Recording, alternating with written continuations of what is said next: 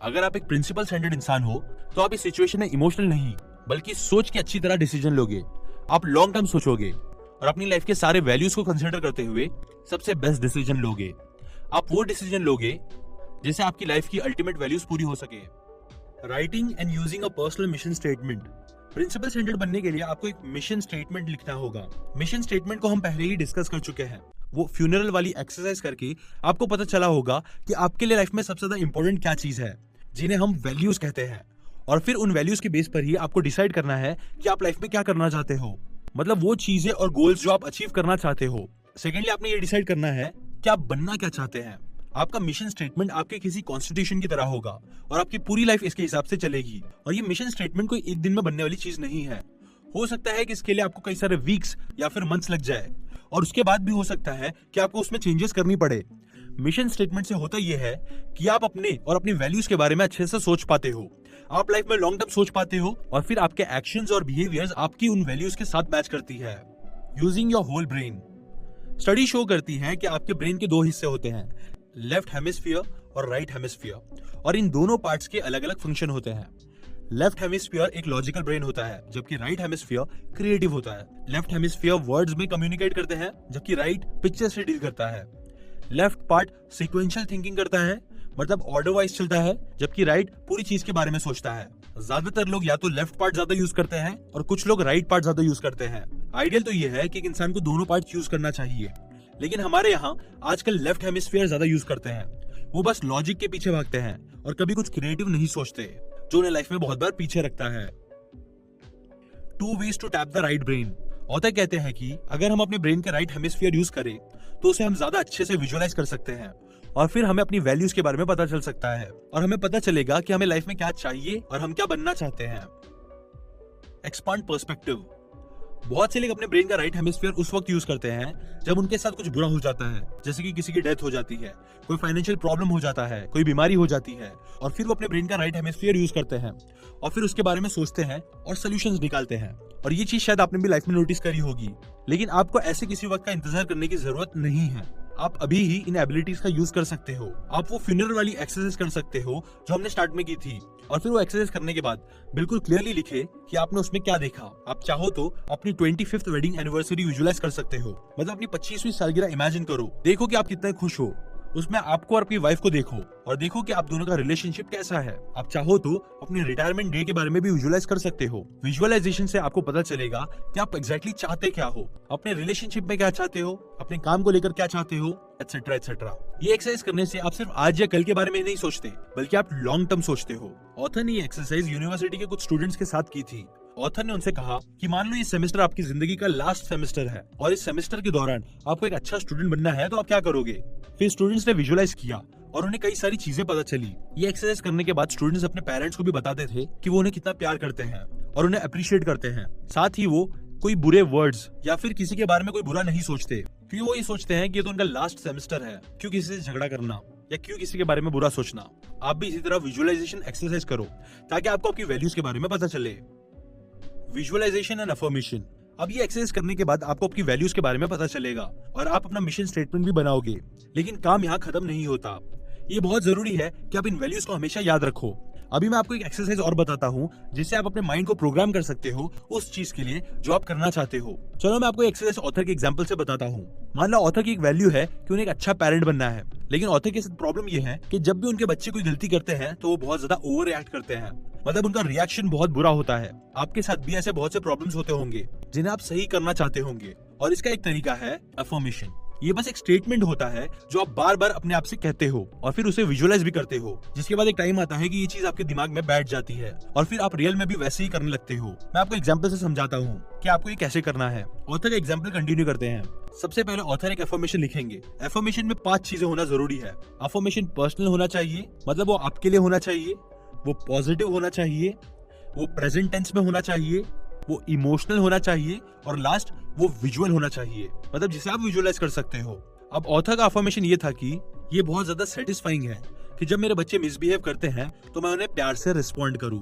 अब ये अफर्मेशन वो बार बार पढ़ेंगे और विजुअलाइज भी करेंगे। इस विजुअलाइजेशन में वो उन सिचुएशंस के बारे में सोचेंगे जब रियलिटी में तो हो सकता है कि वो बुरा रिएक्ट करे, लेकिन इस विजुअलाइजेशन में वो बुरी तरह रिएक्ट नहीं करेंगे बल्कि वो नॉर्मली रिएक्ट करेंगे। और जब वो ये एक्सरसाइज बार बार करेंगे तो फिर रियल में भी जब वो ऐसी सिचुएशन आएगी तो वो नॉर्मली ही रिएक्ट करेंगे। डॉक्टर चार्ल्स गारफील्ड जो कि एक रिसर्चर है, उन्होंने हर फील्ड के सबसे अच्छे परफॉर्मर्स को स्टडी करा है। वो कहते हैं कि जो अच्छे परफॉर्मर्स होते हैं उनमें ये आदत होती है कि वो विजुअलाइज करते हैं। आप भी ये विजुअलाइजेशन कर सकते हो। आपने बस करना ये है कि आप जो चाहते हो उस चीज को बिल्कुल वैसे विजुअलाइज करो और बिल्कुल से रियल जैसा इमेजिन करो। आपको सब कुछ विजुअलाइज करना है कि आपने क्या पहना है, आप क्या देख रहे हो। आपको हर चीज को फील भी करना चाहिए, बिल्कुल रियल एक्सपीरियंस की तरह। और जब आप ये एक्सरसाइज बार बार करोगे तो फिर रियल में भी वैसे ही होगा। आप ये एक्सरसाइज किसी भी चीज के लिए कर सकते हो, किसी डेली चैलेंज के लिए, किसी परफॉर्मेंस के लिए। जैसे ऑथर का बेटा ये एक्सरसाइज अपनी फुटबॉल की परफॉर्मेंस को इंप्रूव करने के लिए करता था, और इसी तरह आप भी एक्सरसाइज किसी भी चीज के लिए कर सकते हो। अफर्मेशन और विजुअलाइजेशन का यूज करके आप अपने माइंड को रिप्रोग्राम कर सकते हो। Identifying roles and goals. मैंने आपको बताया है कि राइट ब्रेन इमेजेस से डील करता है जबकि लेफ्ट ब्रेन वर्ड से। विजुअलाइजेशन के साथ साथ राइटिंग भी बहुत जरूरी है, क्योंकि राइटिंग से आपके दिमाग में जो होता है वो बिल्कुल क्लियरली एक रिटन फॉर्म में आ जाता है। अभी मैं आपको इस हैबिट को अप्लाई करने के लिए एक एक्सरसाइज बताऊंगा और इसमें आपको राइटिंग करनी होगी। हम सब अपनी लाइफ में कई सारे डिफरेंट रोल्स करते हैं, जैसे एक हस्बैंड का रोल, एक एम्प्लॉय का रोल, एक फादर का रोल, एक टीचर का रोल, और इसी तरह कई सारे रोल्स होते हैं। और ये सारे ही रोल्स बहुत इंपॉर्टेंट है। हम लोगों के साथ आजकल एक प्रॉब्लम ये है कि हम लोग ठीक से सोचते ही नहीं है, और ये हैबिट हमें सिखाती है कि आप लॉन्ग टर्म सोचो, अपनी पूरी लाइफ के बारे में सोचो। और इसीलिए हमें मिशन स्टेटमेंट भी बनाया है, जिससे हमें पता चले कि हमारी लाइफ में सबसे ज्यादा इंपॉर्टेंट क्या है। मिशन स्टेटमेंट के साथ आपको ये भी पता चल जाएगा कि आप लाइफ में क्या अचीव करना चाहते हो और क्या बनना चाहते हो। लेकिन यहाँ ऑथर एक और सजेशन दे रहे हैं, अगर हम अपने मिशन स्टेटमेंट के गोल्स को रोल्स के हिसाब से डिवाइड कर दे तो हमारे लिए ज्यादा आसानी हो जाएगी। जैसे कि आपको एक पर्सन का एग्जांपल देता हूं जो ऑथर ने इस बुक में शेयर की है। ये मिशन स्टेटमेंट एक एग्जीक्यूटिव का है। इस पर्सन का मिशन ये है कि ये सच्चाई के साथ रहे और दूसरे लोगों के लिए कुछ करे। इस मिशन को पूरा करने के लिए उसने डिसाइड किया है कि वो चैरिटी करेगा, सैक्रिफाइस करेगा, इंस्पायर करेगा, एटसेट्रा। अब इन गोल्स को इसने अपने रोल्स में डिवाइड कर दिया है। जैसे ये पर्सन एक हस्बैंड है और इस रोल में इसने लिखा है, मेरा पार्टनर मेरी लाइफ का सबसे इंपॉर्टेंट पर्सन है, हम मिलकर चैरिटी करेंगे, कुछ वेस्ट नहीं करेंगे, अपने रिसोर्सेज को संभाल के यूज करेंगे। भाई और बेटे के रोल में इसने लिखा कि मैं हमेशा अपनी फैमिली को सपोर्ट करूंगा। और इसी तरह अपने सारे रोल्स के लिए उसने गोल सेट करे। रोल्स लिखने से होता यह है कि आप अपनी लाइफ के हर रोल के बारे में बिल्कुल क्लियर रहोगे। रोल्स डिसाइड करने के बाद आप अपने हर गोल के लिए लॉन्ग टर्म गोल सेट कर सकते हो, और वो ये करने के लिए एक वीक से ज्यादा नहीं लेते। ना याद रखना कि ये गोल्स लाइफ टाइम गोल्स नहीं बल्कि लॉन्ग टर्म गोल्स हैं, और ये गोल्स आपको अपनी वैल्यूज के हिसाब से सेट करने हैं। फिर जैसे जैसे आप अपने हर रोल में अपने गोल्स को पूरा करते जाओगे वैसे ही आपकी वैल्यूज भी पूरी होगी, और आप जैसी अपनी लाइफ चाहते हो वैसे आपको लाइफ मिलेगी। अगर आपको मिशन स्टेटमेंट के बारे में शॉर्ट में सब कुछ बताऊं तो इसमें आपको सबसे पहले अपनी वैल्यूज डिसाइड करनी है, मतलब वो चीजें जो आपके लिए सबसे इंपॉर्टेंट है। फिर आपको उन वैल्यूज के बेस पे ये डिसाइड करना है कि आप क्या अचीव करना चाहते हो, क्या बनना चाहते हो। और फिर आपको अपने रोल्स आइडेंटिफाई करने हैं और हर रोल्स के लिए गोल सेट करने हैं जो आपकी वैल्यूज के साथ मैच करते हैं। इससे आप इजीली अपनी वैल्यूज को पूरा कर सकते हो। Family mission statements. इस चैप्टर में हमने मिशन स्टेटमेंट के बारे में बहुत कुछ डिस्कस किया है कि मिशन स्टेटमेंट कैसे बनाया जाता है और उसकी इंपॉर्टेंस क्या है। लेकिन मैं आपको ये भी बता दूं कि मिशन स्टेटमेंट सिर्फ इंडिविजुअल्स के लिए नहीं होते हैं। आप मिशन स्टेटमेंट अपनी फैमिली के लिए भी बना सकते हो, और उसका पूरा प्रोसेस भी सेम वैसा ही होगा। बहुत सी फैमिलीज जब प्रॉब्लम्स फेस करती है तो उन्हें समझ नहीं आता कि वो क्या करे, और वो कोई सही डिसीजन नहीं ले पाते। लेकिन अगर आपके पास एक मिशन स्टेटमेंट होगा तो आपकी पूरी फैमिली अच्छे से चल सकेगी। वो मिशन स्टेटमेंट आपकी फैमिली के लिए एक कॉन्स्टिट्यूशन की तरह होगा जिसे फैमिली के सारे मेंबर्स फॉलो करेंगे, और फिर उसकी हेल्प से अपनी फैमिली की वैल्यूज को पूरा कर सकेंगे। ये भी याद रखना कि ये मिशन स्टेटमेंट पूरी फैमिली को एक साथ मिलकर बनाना है। आपको सबके ऑप्शंस का, पॉइंट ऑफ व्यूज का ख्याल रखना है। ऑथर कहते हैं कि उनकी फैमिली का मिशन स्टेटमेंट उनके घर के एक वॉल पे लिखा हुआ है, जहाँ पूरी फैमिली उसे देख पाती है और सबको उनकी वैल्यूज याद रखती है। जब भी वो अपनी फैमिली के साथ कोई गोल सेट करते हैं तो वो हमेशा अपनी वैल्यूज को डिस्कस करते हैं और फिर उन वैल्यूज के हिसाब से गोल सेट करते हैं, और फिर ये भी डिसाइड करते हैं कि वो उन गोल्स को कैसे अचीव करेंगे। Organizational mission statement. सिर्फ फैमिली ही नहीं बल्कि आप मिशन स्टेटमेंट अपनी ऑर्गेनाइजेशन के लिए भी बना सकते हो, मतलब वो जगह जहां आप काम करते हो। जैसे IBM की ट्रेनिंग के वक्त उन्हें बार बार ये बताया जाता है कि IBM सिर्फ 3 चीजों के लिए स्टैंड करती है, एक इंडिविजुअल की डिग्निटी, एक्सीलेंस और सर्विस। ये IBM की वैल्यूज है जो कभी नहीं बदलती। एक बार ऑथर IBM के ग्रुप को ट्रेन कर रहे थे। उस ग्रुप में 20 लोग थे और उनमें से एक बीमार हो गया। उस आदमी ने अपनी वाइफ को कॉल किया जो कैलिफोर्निया में थी और उसे अपने बीमार होने के बारे में बताया। अब वहाँ पे जो बाकी IBM के लोग थे उन्होंने उसके लिए हॉस्पिटल जाने का अरेंजमेंट किया, लेकिन उनकी वाइफ चाहती थी कि वो कैलिफोर्निया आ जाए ताकि वहाँ उनका पर्सनल डॉक्टर उन्हें ट्रीटमेंट दे। अब अगर वो IBM के लोग उसे एयरपोर्ट लेके जाते और फिर प्लेन का वेट करते तो काफी टाइम लग जाता, इसलिए उन्होंने एक हेलीकॉप्टर मंगवाया और उसे एयरपोर्ट लेके गए और फिर इसके बाद वहाँ पर एक स्पेशल प्लेन हायर किया जो उसे कैलिफोर्निया लेके गया। अब इस सब में बहुत ज्यादा पैसे खर्च हुए, बट स्टिल IBM ने ये किया क्योंकि किसी की पर्सनल डिग्निटी मतलब रिस्पेक्ट और ऑनर उनकी सबसे इंपॉर्टेंट वैल्यू थी। इसी तरह एक बार ऑथर एक होटल में गए जहाँ वो ट्रेनिंग दे रहे थे। उस होटल की कई वैल्यूज में से एक वैल्यू थी कस्टमर सर्विस। वो अपने कस्टमर को बेस्ट सर्विस देना चाहते थे और ऑथर उनकी सर्विस देख के बहुत इंप्रेस हुए। जब ऑथर वहाँ पहुंचे तो उन्होंने रूम का पूछा, तो वहाँ डेस्क पे खड़े आदमी ने कहा, नहीं मिस्टर कॉवी, हमारे पास कोई रूम नहीं है, लेकिन अगर आप चाहते हो तो मैं आपके लिए खाने के लिए कुछ ला सकता हूँ। इसके बाद उस आदमी ने पूछा कि क्या ऐसी कोई चीज है जो उनके लिए कर सकते हैं।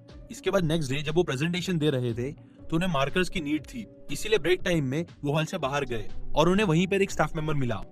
उन्होंने स्टाफ मेंबर से कहा कि उन्हें मार्कर्स की नीड है, तो वो स्टाफ मेंबर फौरन बोला, मैं आपका प्रॉब्लम सॉल्व कर देता हूँ। और फौरन वो जाके उसने ढूंढा और मार्कर लेके आया और उसने उन्हें वो दिया। और इसके अलावा भी उस होटल वालों ने बहुत सी ऐसी चीजें की जिसने ऑथर को सच बहुत इंप्रेस किया। जब वो उस होटल के मैनेजर के पास गए और उनसे पूछा तो उस मैनेजर ने कहा, क्या आप जानना चाहते हैं कि हमने ये कैसे किया। और फिर उस मैनेजर ने ऑथर को अपने होटल का मिशन स्टेटमेंट दिखाया और वो उन्हें बहुत पसंद भी आया।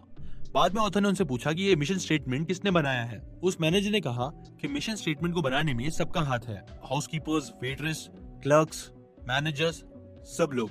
बाद में ऑथर उसी होटल चेन के एक दूसरे होटल में गए और वहाँ का मिशन स्टेटमेंट भी देखा।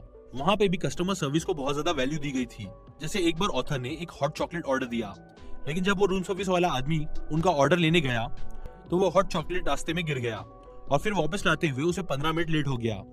अब उस रूम सर्विस वाले ने ये बात अपनी होटल मैनेजर को बताई, तो उस मैनेजर ने ऑथर को कॉल किया और रूम सर्विस लेट होने की वजह से सॉरी बोला, यहाँ तक कि उन्हें फ्री डिनर पे भी इनवाइट किया। ऑथर कहते हैं कि बहुत सी कंपनीज मिशन स्टेटमेंट बनाती है, लेकिन एक इंपॉर्टेंट चीज ये है कि वो मिशन स्टेटमेंट सारे लोग मिलकर बनाए। ऐसा नहीं है कि सिर्फ कुछ बड़े लोग मिलकर बनाए, ये जरूरी है कि सारे लोग इसके बनाने में इन्वॉल्व हो। जब तक कोई इन्वॉल्व नहीं होगा तो उसे फॉलो करना मुश्किल होगा, इसलिए सबका इन्वॉल्वमेंट बहुत जरूरी है। Application suggestions. इस हैबिट को अप्लाई करने के लिए ऑथर ने कुछ सजेशंस दिए हैं। नंबर 1, वो फिनर वाली एक्सरसाइज करो और उसमें आपने जो कुछ देखा और आपको जो पता चला उसे अपने पास लिखो। नंबर 2, अपनी लाइफ के रोल्स को लिखो और अपने आप से पूछो कि क्या आप उससे सेटिस्फाइड हो। नंबर 3, एक टाइम सेट करो जब अपनी सारी एक्टिविटीज को छोड़ के सिर्फ अपने मिशन स्टेटमेंट पर काम करो। नंबर 4, वो नोट्स, कोड्स और आइडियाज कलेक्ट करो जो आपका मिशन स्टेटमेंट लिखने में आपको हेल्प करे। नंबर 5, किसी ऐसे प्रोजेक्ट के बारे में सोचो जो आप आने वाले कुछ टाइम में करोगे और फिर उस प्रोजेक्ट को करने के लिए वही विजुअलाइजेशन वाली एक्सरसाइज करो। साथ ही वो रिजल्ट्स लिखो जो आप इस प्रोजेक्ट से चाहते हो और वो स्टेप्स लिखो जिन्हें फॉलो करके आप ये सब रिजल्ट्स हासिल कर सकते हो। नंबर 6, हैबिट नंबर 2 के प्रिंसिपल्स अपनी फैमिली, वर्क प्लेस में भी शेयर करो और उन्हें सजेस्ट करो कि आप सबको मिलकर एक फैमिली या वर्क मिशन स्टेटमेंट बनाना ही चाहिए। Habit number 3, put first things first. Principles of personal management. Habit number 3 start करने से पहले मैं आपसे 2 क्वेश्चंस पूछना चाहता हूं और मैं चाहता हूं कि आप उनके आंसर्स करो।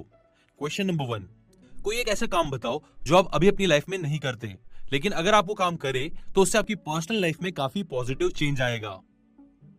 क्वेश्चन नंबर 2, ऐसा ही एक काम अपनी प्रोफेशनल लाइफ में भी बताएं जो आप अभी नहीं करते, लेकिन अगर करोगे तो आपकी प्रोफेशनल लाइफ में बहुत से पॉजिटिव चेंजेस आएंगे।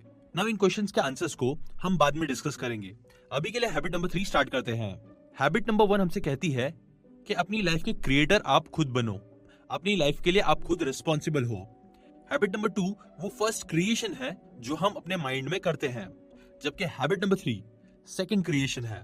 मतलब लास्ट हैबिट में आपने अपनी वैल्यूज और गोल्स को डिसाइड किया, हैबिट नंबर 3 की हेल्प से आप उन गोल्स को रियलिटी बनाओगे। ऑथर कहते हैं कि हैबिट नंबर 3 फॉलो करके आप एक प्रिंसिपल सेंटर्ड इंसान बन सकते हो। हैबिट नंबर 2 में हमने मैनेजमेंट और लीडरशिप के डिफरेंस को भी जाना। लीडरशिप मतलब राइट डायरेक्शन जाना, जबकि मैनेजमेंट मतलब उस डायरेक्शन में मूव करना। ये बात सच है कि लीडरशिप मैनेजमेंट से पहले आती है, लेकिन एक बार आपने राइट डायरेक्शन डिसाइड कर लिया है तो इसके बाद सबसे इंपॉर्टेंट होता है उस पर चलना। The power of independent will. हमने लास्ट चैप्टर्स में डिस्कस किया है कि हम ह्यूमंस के पास कई सारी यूनिक एबिलिटीज है। उन एबिलिटीज में से एक एबिलिटी है इंडिपेंडेंट विल, मतलब अपनी मर्जी से जो चाहे वो करना। हैबिट नंबर 2 की हेल्प से हमने पता चला कि हमारे लिए इंपॉर्टेंट क्या है।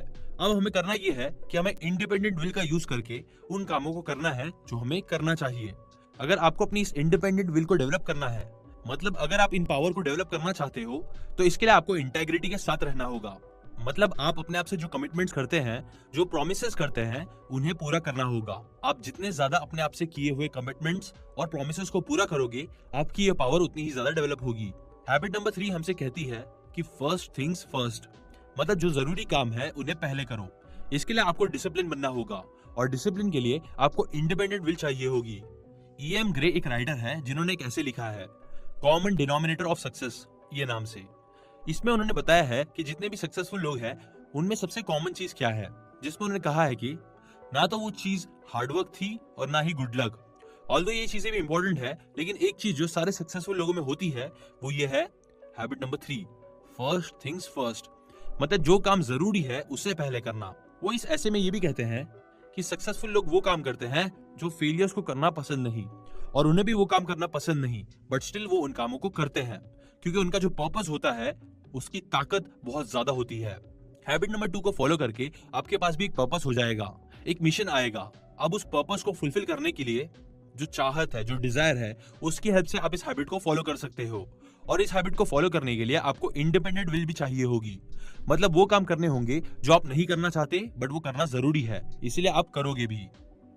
4 generations of time management. Habit number 3 में हम टाइम मैनेजमेंट से रिलेटेड चीजें भी डिस्कस करेंगे।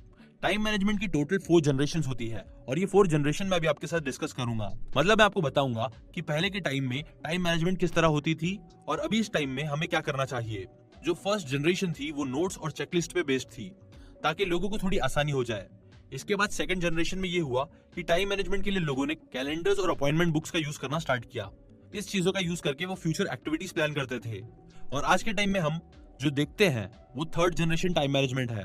इसमें होता यह है कि हम अपनी वैल्यू सेट करते हैं, गोल सेट करते हैं, चीजों को प्रायोरिटाइज करते हैं। इसके अलावा इसमें हम चीजों को डेली शेड्यूल भी करते हैं, जिससे हम अपने गोल्स को अचीव कर पाते हैं। आजकल लोग इन टाइम मैनेजमेंट प्रोग्राम से बहुत ज्यादा टर्न ऑफ हो जाते हैं, मतलब उन्हें पसंद नहीं आते। इसकी वजह यह है कि लोगों को शेड्यूल जितने पसंद नहीं होते, और वो नहीं चाहते कि उनका दिन बहुत ज्यादा शेड्यूल्ड और स्ट्रिक्ट हो, और फिर वो वापस फर्स्ट और second generation time management use करने लगते हैं, जिससे उनकी नीड्स पूरी हो जाती है और वो लाइफ को डेली बेसिस पे एंजॉय भी कर पाते हैं।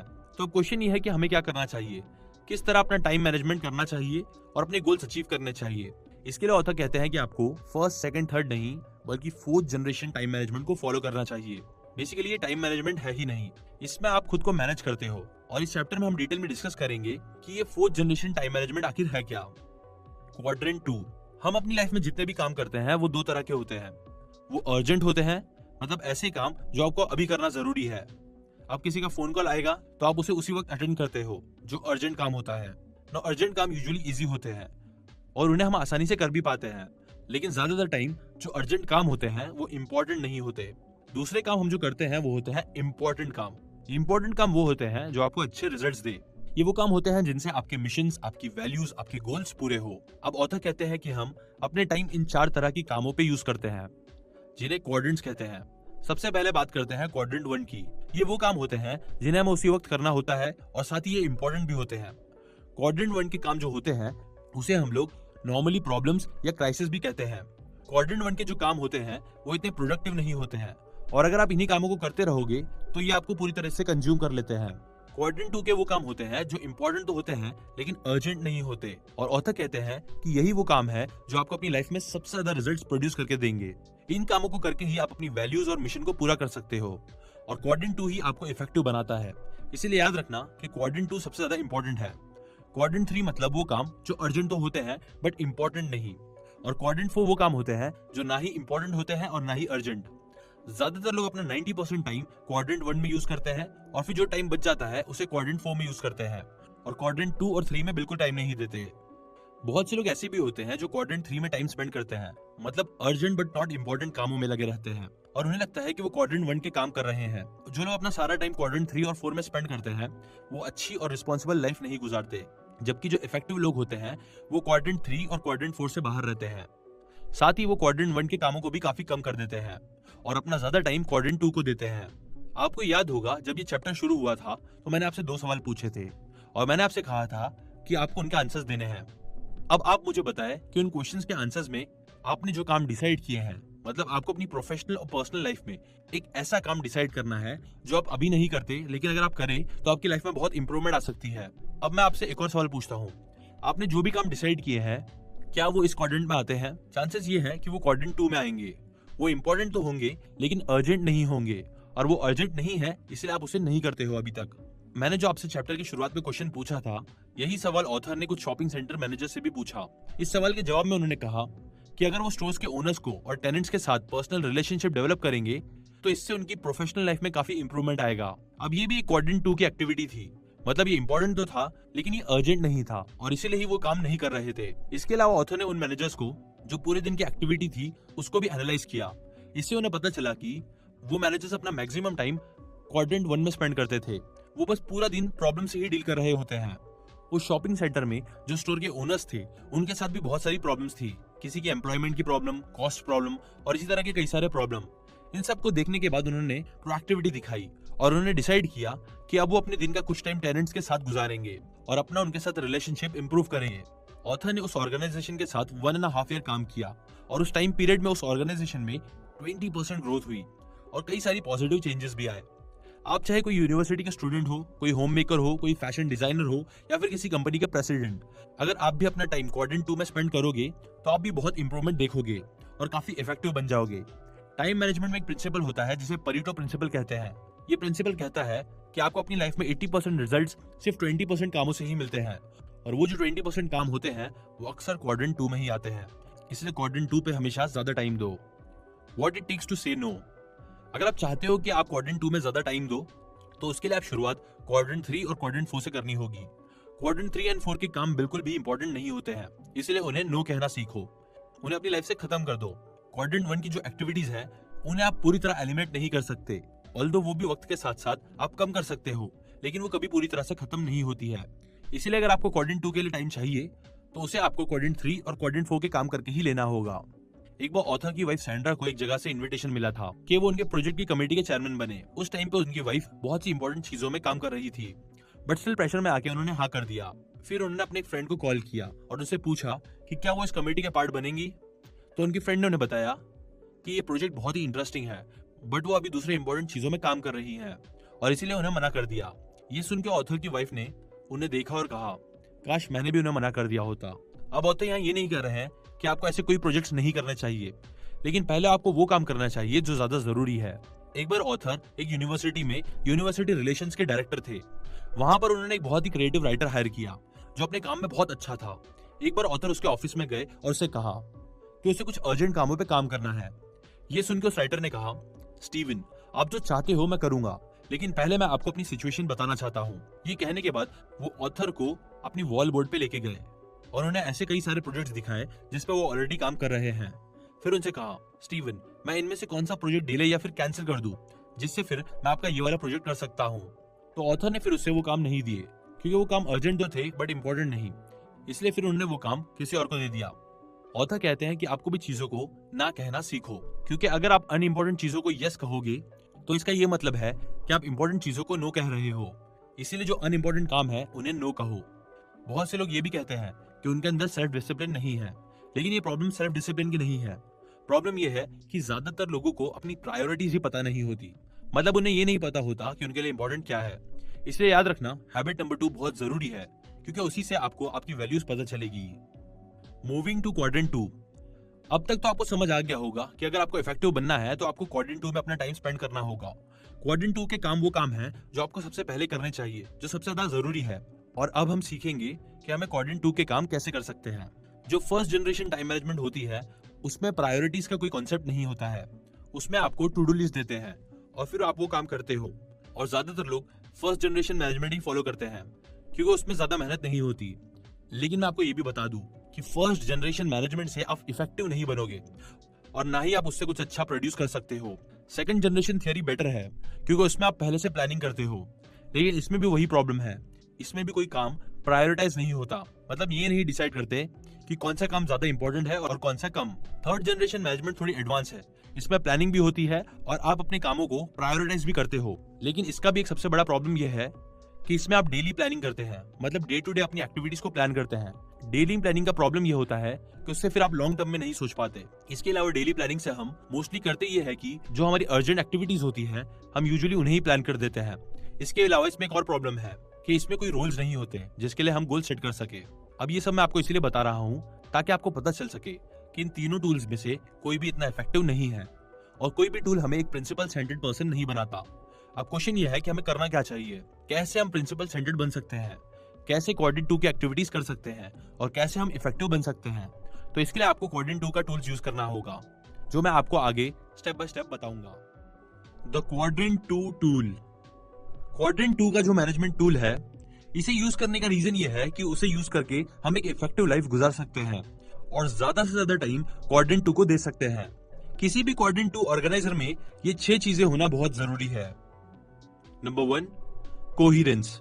कोहिरेंस हमसे ये कहता है कि आप जब भी कोई एक्टिविटी प्लान करें या कोई काम करें तो वो आपके मिशन स्टेटमेंट से मैच होना चाहिए। मतलब वो काम ऐसा होना चाहिए जो आपको आपकी वैल्यूज और मिशन पूरा करने में हेल्प करे। Number 2, balance. आपका टूल कुछ ऐसा होना चाहिए जिसमें आपके सारे इंपॉर्टेंट रोल्स आपके सामने हो ताकि आप कोई भी इंपॉर्टेंट चीज मिस ना कर दे। कई बार लोगों की लाइफ में बैलेंस नहीं होता है, वो प्रोफेशनल लाइफ में सक्सेसफुल होते हैं लेकिन उसकी वजह से उनके रिलेशनशिप्स और हेल्थ पे बहुत नेगेटिव इंपैक्ट पड़ता है। इसलिए जब आपके सामने आपके सारे रोल्स होंगे तो आप एक बैलेंस लाइफ गुजार सकते हो। Number 3, focus. आपको ऐसे टूल चाहिए जो आपको मोटिवेट करे, एनकरेज करे और जिसकी हेल्प से आप क्वाड्रेंट 2 में टाइम स्पेंड करें। इसके लिए सबसे बेस्ट ये कर सकते हो कि आप अपनी लाइफ डेली प्लान करने के बजाय वीकली प्लान करो। अगर आप चाहे तो डेली भी एक्टिविटीज को प्रायोरिटाइज कर सकते हो लेकिन वीकली प्लानिंग बहुत जरूरी है। Number 4, a people dimension. कभी कभी ऐसा भी टाइम आता है जब लोगों से डील करने में आप अपने स्केड्यूल को फॉलो नहीं कर पाते हो और ऐसे टाइम में कई सारे लोग गिल्ट फील करते हैं। इसलिए आपको चाहिए कि आपका प्लानर कुछ ऐसा हो जो लोगों से भी डील करे और अगर कभी स्केड्यूल फॉलो ना हो सके तो उसे वापस ठीक से एडजस्ट कर सके। Number 5, flexibility. ये भी जरूरी है कि आपका जो स्केड्यूल है वो आपकी नीड्स और आपकी स्टाइल के हिसाब से हो। Number 6, portability. आपका टूल पोर्टेबल भी होना चाहिए, मतलब कुछ ऐसा जो आप अपने साथ हर जगह कैरी कर सकते हो ताकि आप जब चाहे उसका रिव्यू कर सके। अब ये तो हो गई वो 6 चीजें जो आपके टूल में होनी चाहिए। अब मैं आपके साथ एक टूल शेयर करूंगा जिसमें ये सारी चीजें हैं। अगर आप ये टूल फॉलो करते हो तो आप अपना टाइम क्वाड्रेंट 2 में स्पेंड कर सकते हो और इफेक्टिव बना सकते हो। Becoming a quadrant 2 self manager. ये जो टूल है इसके टोटल 4 स्टेप्स है। Number 1, identifying roles. सबसे पहले आपको अपने रोल्स को डिसाइड करना है जो हमने पहले भी किया है। इसमें आप अपनी फैमिली रोल्स ऐड कर सकते हो जैसे फादर, ब्रदर, हस्बैंड, सिस्टर, कुछ भी हो सकता है। अपने वर्क रोल्स भी ऐड कर सकते हो, इसमें अपने चर्च या कम्युनिटी रोल्स भी ऐड कर सकते हो। बस अगले हफ्ते के बारे में सोचो और सोचे कि नेक्स्ट वीक आप कौन से रोल्स अपनी लाइफ में प्ले करोगे। Number 2, selecting goals. Next step ये है कि आपको हर रोल के लिए 2 से 3 गोल सेट करने हैं जो आप नेक्स्ट वीक में अचीव करना चाहते हो। ये भी जरूरी है कि इसमें जो गोल्स हो वो आपके मिशन स्टेटमेंट से मैच करे, मतलब आपकी जो लॉन्ग टर्म वैल्यूज है उसके साथ मैच करे। Number 3, scheduling. अब आपके पास आपके गोल्स आएंगे। अब आपने ये करना है कि उन गोल्स को स्केड्यूल करना है, मतलब पूरे वीक में किसी भी दिन उन गोल्स को करने के लिए एक टाइम सेट करना है। जैसे मान लो आपका एक गोल है कि आपको अपने मिशन स्टेटमेंट का फर्स्ट ड्राफ्ट पूरा करना है, तो हो सकता है कि वो काम आप संडे के दिन के लिए स्केड्यूल कर दो। इसी तरह आपके जितने भी काम हैं आपको उन्हें पूरे वीक में कभी भी स्केड्यूल करना, मतलब किसी भी दिन उनके लिए टाइम साइड में निकलना चाहिए। Number 4, daily adapting. स्केड्यूल करने के बाद आपको अडेप्ट करना है, मतलब हर दिन आपकी जो भी काम हो उन्हें करना है। आप चाहे तो हर दिन अपने स्केड्यूल को रिव्यू कर सकते हो और फिर उन कामों को कर सकते हो। वीकली स्केड्यूल करने से फायदा ये होता है कि आप लॉन्ग टर्म सोच पाते हो और अपनी वैल्यूज पे फोकस कर पाते हो। लेकिन अगर आप बस डेली स्केड्यूल करते रहोगे तो इससे आप सिर्फ क्वाड्रेंट 1 या 3 की एक्टिविटीज प्लान करोगे और ज्यादा इफेक्टिव नहीं बन सकते हो। इसलिए वीकली स्केड्यूल करना बहुत जरूरी है। Living it. अब हमने डिस्कस कर लिया है कि क्वाड्रेंट 2 में रहना कितना इंपॉर्टेंट है और हमने इसके लिए स्टेप बाय स्टेप टूल भी बना लिया है, लेकिन सबसे इंपॉर्टेंट ये है कि आप उसे फॉलो भी करें। जैसे आपने डिसाइड किया है उस तरह रहना। जब आप अपना वीक स्टार्ट करोगे तो ऐसा वक्त भी आएगा जब आपको क्वाड्रेंट 2 के काम करने का दिल नहीं चाहेगा और आप चाहोगे कि आप वही क्वाड्रेंट 3 या 4 के कामों को करते रहो। लेकिन अगर आप इफेक्टिव बनना चाहते हो तो आपको सेल्फ डिसिप्लिन रहना होगा और वो करना होगा जो वाकई इंपॉर्टेंट है।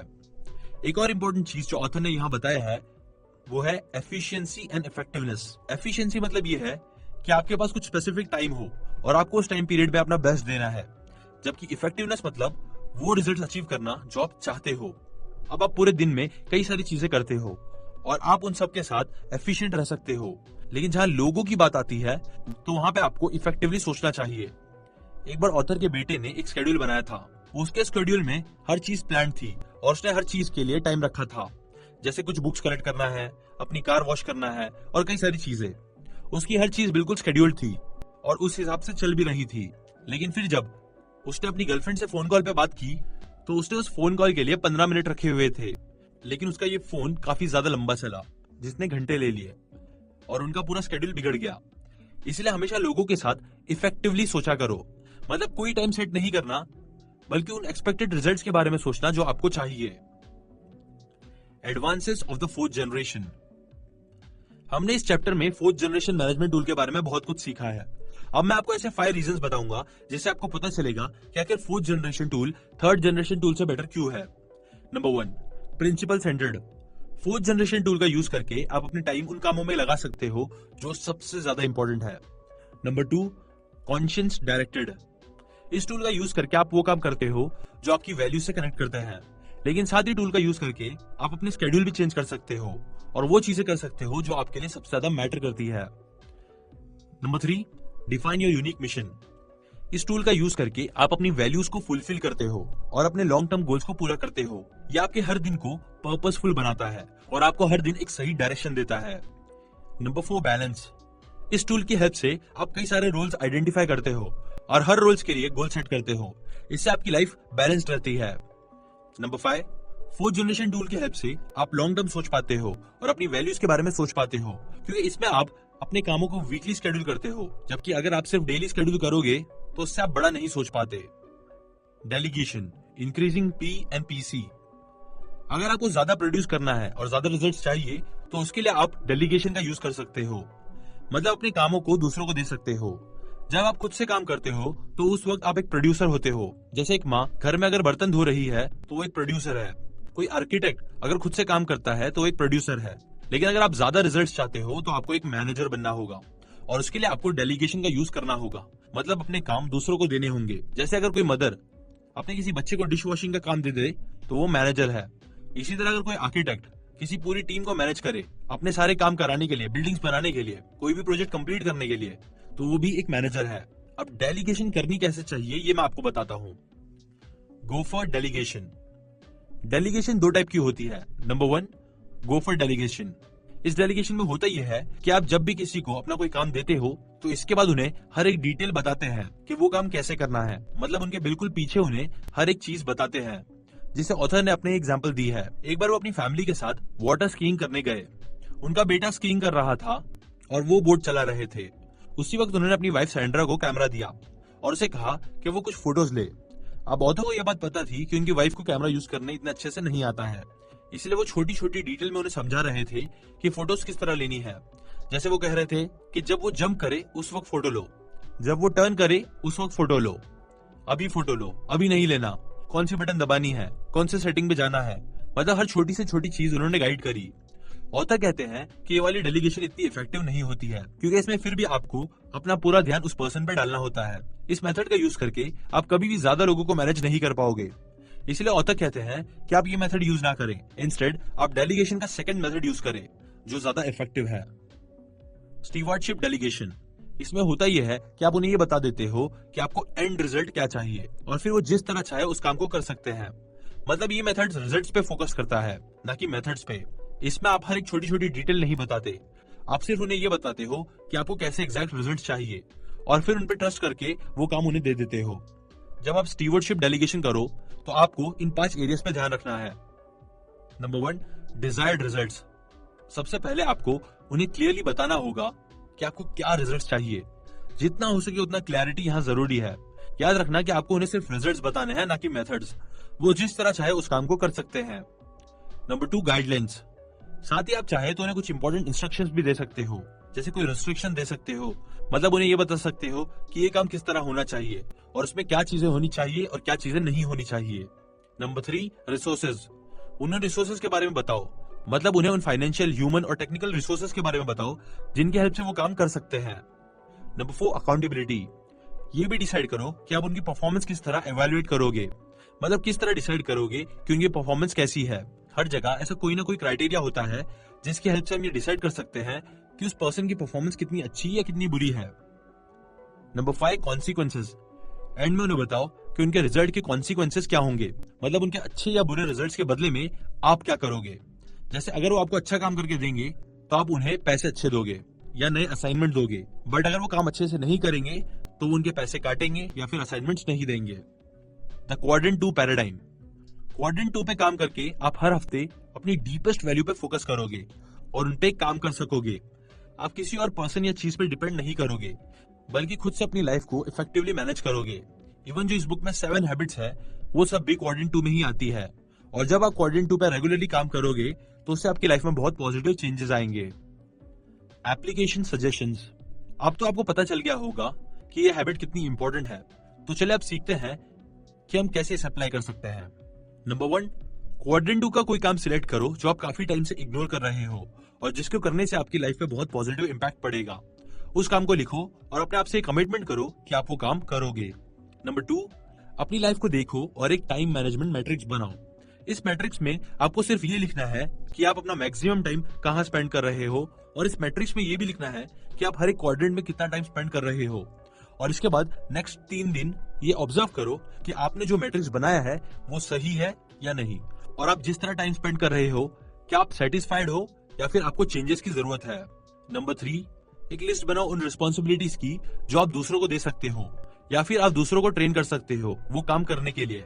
इसके बाद वो डेलीगेशन का या फिर ट्रेनिंग का प्रोसेस स्टार्ट करो ताकि आपकी रिस्पॉन्सिबिलिटीज कम हो। नंबर 4, अपना वीक ठीक से ऑर्गेनाइज करो, उसमें वही रोल्स लिखो और उन रोल्स के लिए गोल सेट करो। फिर उन गोल्स को पूरा करने के लिए एक प्लान बनाओ और उन्हें शेड्यूल करो। वीक के एंड में देखो कि क्या उन प्लान्स की हेल्प से आपसे आपके गोल्स एंड वैल्यूज पूरी हुई है या नहीं। नंबर 5, आज ही अपने आप से कमिटमेंट करो कि आप अपने हर वीक को इसी तरह ऑर्गेनाइज करोगे और ऑर्गेनाइज करने के लिए डेली एक टाइम सेट करो। नंबर 6, अभी आप जिस भी तरह अपने दिन का प्लानिंग करते हो या तो आप उसके बदले में एक 4th जनरेशन टूल यूज करो जो हमने इस चैप्टर में डिस्कस किया है, या फिर उसके जैसा कोई टूल यूज करो। नंबर 7, अपने ऑफिस में या फिर वर्क प्लेस में किसी भी तरह क्वाड्रेंट 2 की एक्टिविटीज को करो और देखो कि इससे कितना फर्क पड़ रहा है। Part 3, public victory, paradigms of interdependence. ये पार्ट शुरू करने से पहले मैं आपको एक इंपॉर्टेंट बात बता दूं। Private victory precedes public victory. मतलब अगर आपको लोगों के साथ सक्सेसफुल बनना है तो आपको पहले खुद के साथ सक्सेसफुल बनना होगा। मतलब ये कि अभी हमने जो हैबिट नंबर 1, 2 एंड 3 डिस्कस की है, ये बहुत जरूरी है कि आप पहले उन हैबिट्स को अपनी लाइफ का हिस्सा बनाएं और फिर उसके बाद ही आप लोगों के साथ सक्सेसफुल बन सकते हो। बात जब रिलेशनशिप्स की आती है तो बहुत से लोग वही पर्सनैलिटी एथिक वाली चीज करते हैं, मतलब अपने रिलेशनशिप्स को इंप्रूव करने के लिए टेक्निक्स और क्विक फिक्सेस यूज करते हैं। बट ऑथर हमें यहाँ अगेन बता रहे हैं कि पर्सनैलिटी एथिक से ज्यादा इंपॉर्टेंट है कैरेक्टर एथिक। मतलब ये कि आपको अपने आप को ठीक करना होगा। रिलेशनशिप में जो सबसे ज्यादा मैटर करता है वो ये नहीं है कि आप क्या कहते हैं या फिर क्या करते हैं, बल्कि ये मैटर करता है कि आप खुद कैसे हैं। जब आप लोगों के साथ अपने रिलेशनशिप्स डेवलप करोगे तो उससे आपको बहुत फायदे होंगे। आपका दूसरों के साथ अच्छा रिलेशनशिप डेवलप होगा, साथ ही आप और ज्यादा प्रोडक्टिव बनोगे, काफी कुछ लर्न करोगे और ग्रो करोगे। अगर हम इफेक्टिवनेस की बात करें, मतलब P/PC बैलेंस की बात करें, तो इस सिचुएशन में P मतलब प्रोडक्शन या फिर रिजल्ट वो अच्छा रिलेशनशिप है जो आप दूसरों के साथ चाहते हो, और PC मतलब प्रोडक्शन कैपेबिलिटी वो रिलेशनशिप है जिस पे आपको काम करना होगा। आपको चाहिए कि आप उन रिलेशनशिप्स पे काम करो ताकि आपको वो रिजल्ट्स मिल सके जो आप चाहते हो। और हैबिट नंबर 4, 5 एंड 6 आपको इसी चीज में हेल्प करेंगे। लेकिन उन हैबिट्स को डिस्कस करने से पहले मैं आपसे कुछ और डिस्कस करना चाहता हूँ जो ऑथर ने इस बुक में बताया है। The emotional bank account. I am sure आपने फाइनेंशियल बैंक अकाउंट के बारे में सुना होगा, जिसमें हम पैसे जमा करते हैं और फिर जब चाहे निकाल सकते हैं उसे। ऑथर कहते हैं कि जैसे हमारा बैंक अकाउंट होते हैं उसी तरह पर हर पर्सन का इमोशनल बैंक अकाउंट भी होता है। अब ये और कुछ नहीं, बस एक मेटाफर है जिसका ये मतलब है कि आपके अंदर उस दूसरे पर्सन ने कितना ट्रस्ट बिल्ड किया है। अगर उस दूसरे पर्सन का इमोशनल बैंक अकाउंट फुल है तो इसका मतलब वो आप पे बहुत ज्यादा भरोसा करता है। जब आपके जानने वाले लोगों का इमोशनल अकाउंट फुल होगा तो ऐसे में आप उनसे बहुत इजीली कम्युनिकेट कर सकते हो। वो ओवर रिएक्ट नहीं करेंगे। इवन अगर आपसे कोई मिस्टेक भी हो जाए तो उसमें भी आपको कोई प्रॉब्लम नहीं होगा, क्योंकि वो पर्सन आप पे बहुत ज्यादा ट्रस्ट करता है। अगर आप उस पर्सन का इमोशनल अकाउंट भरना चाहते हो तो इसके बहुत से तरीके हैं। जैसे जब भी किसी से अच्छे से बात करते हो, उनके साथ हॉनेस्ट रहते हो, अपने प्रोमिसेस को पूरा करते हो, तो इससे उनका इमोशनल अकाउंट बढ़ता रहता है। लेकिन जब आप किसी को डिसरिस्पेक्ट करते हो, ओवर रिएक्ट करते हो, इग्नोर करते हो या फिर किसी तरह से कुछ भी करते हो, तो इससे वो इमोशनल अकाउंट कम होने लगता है।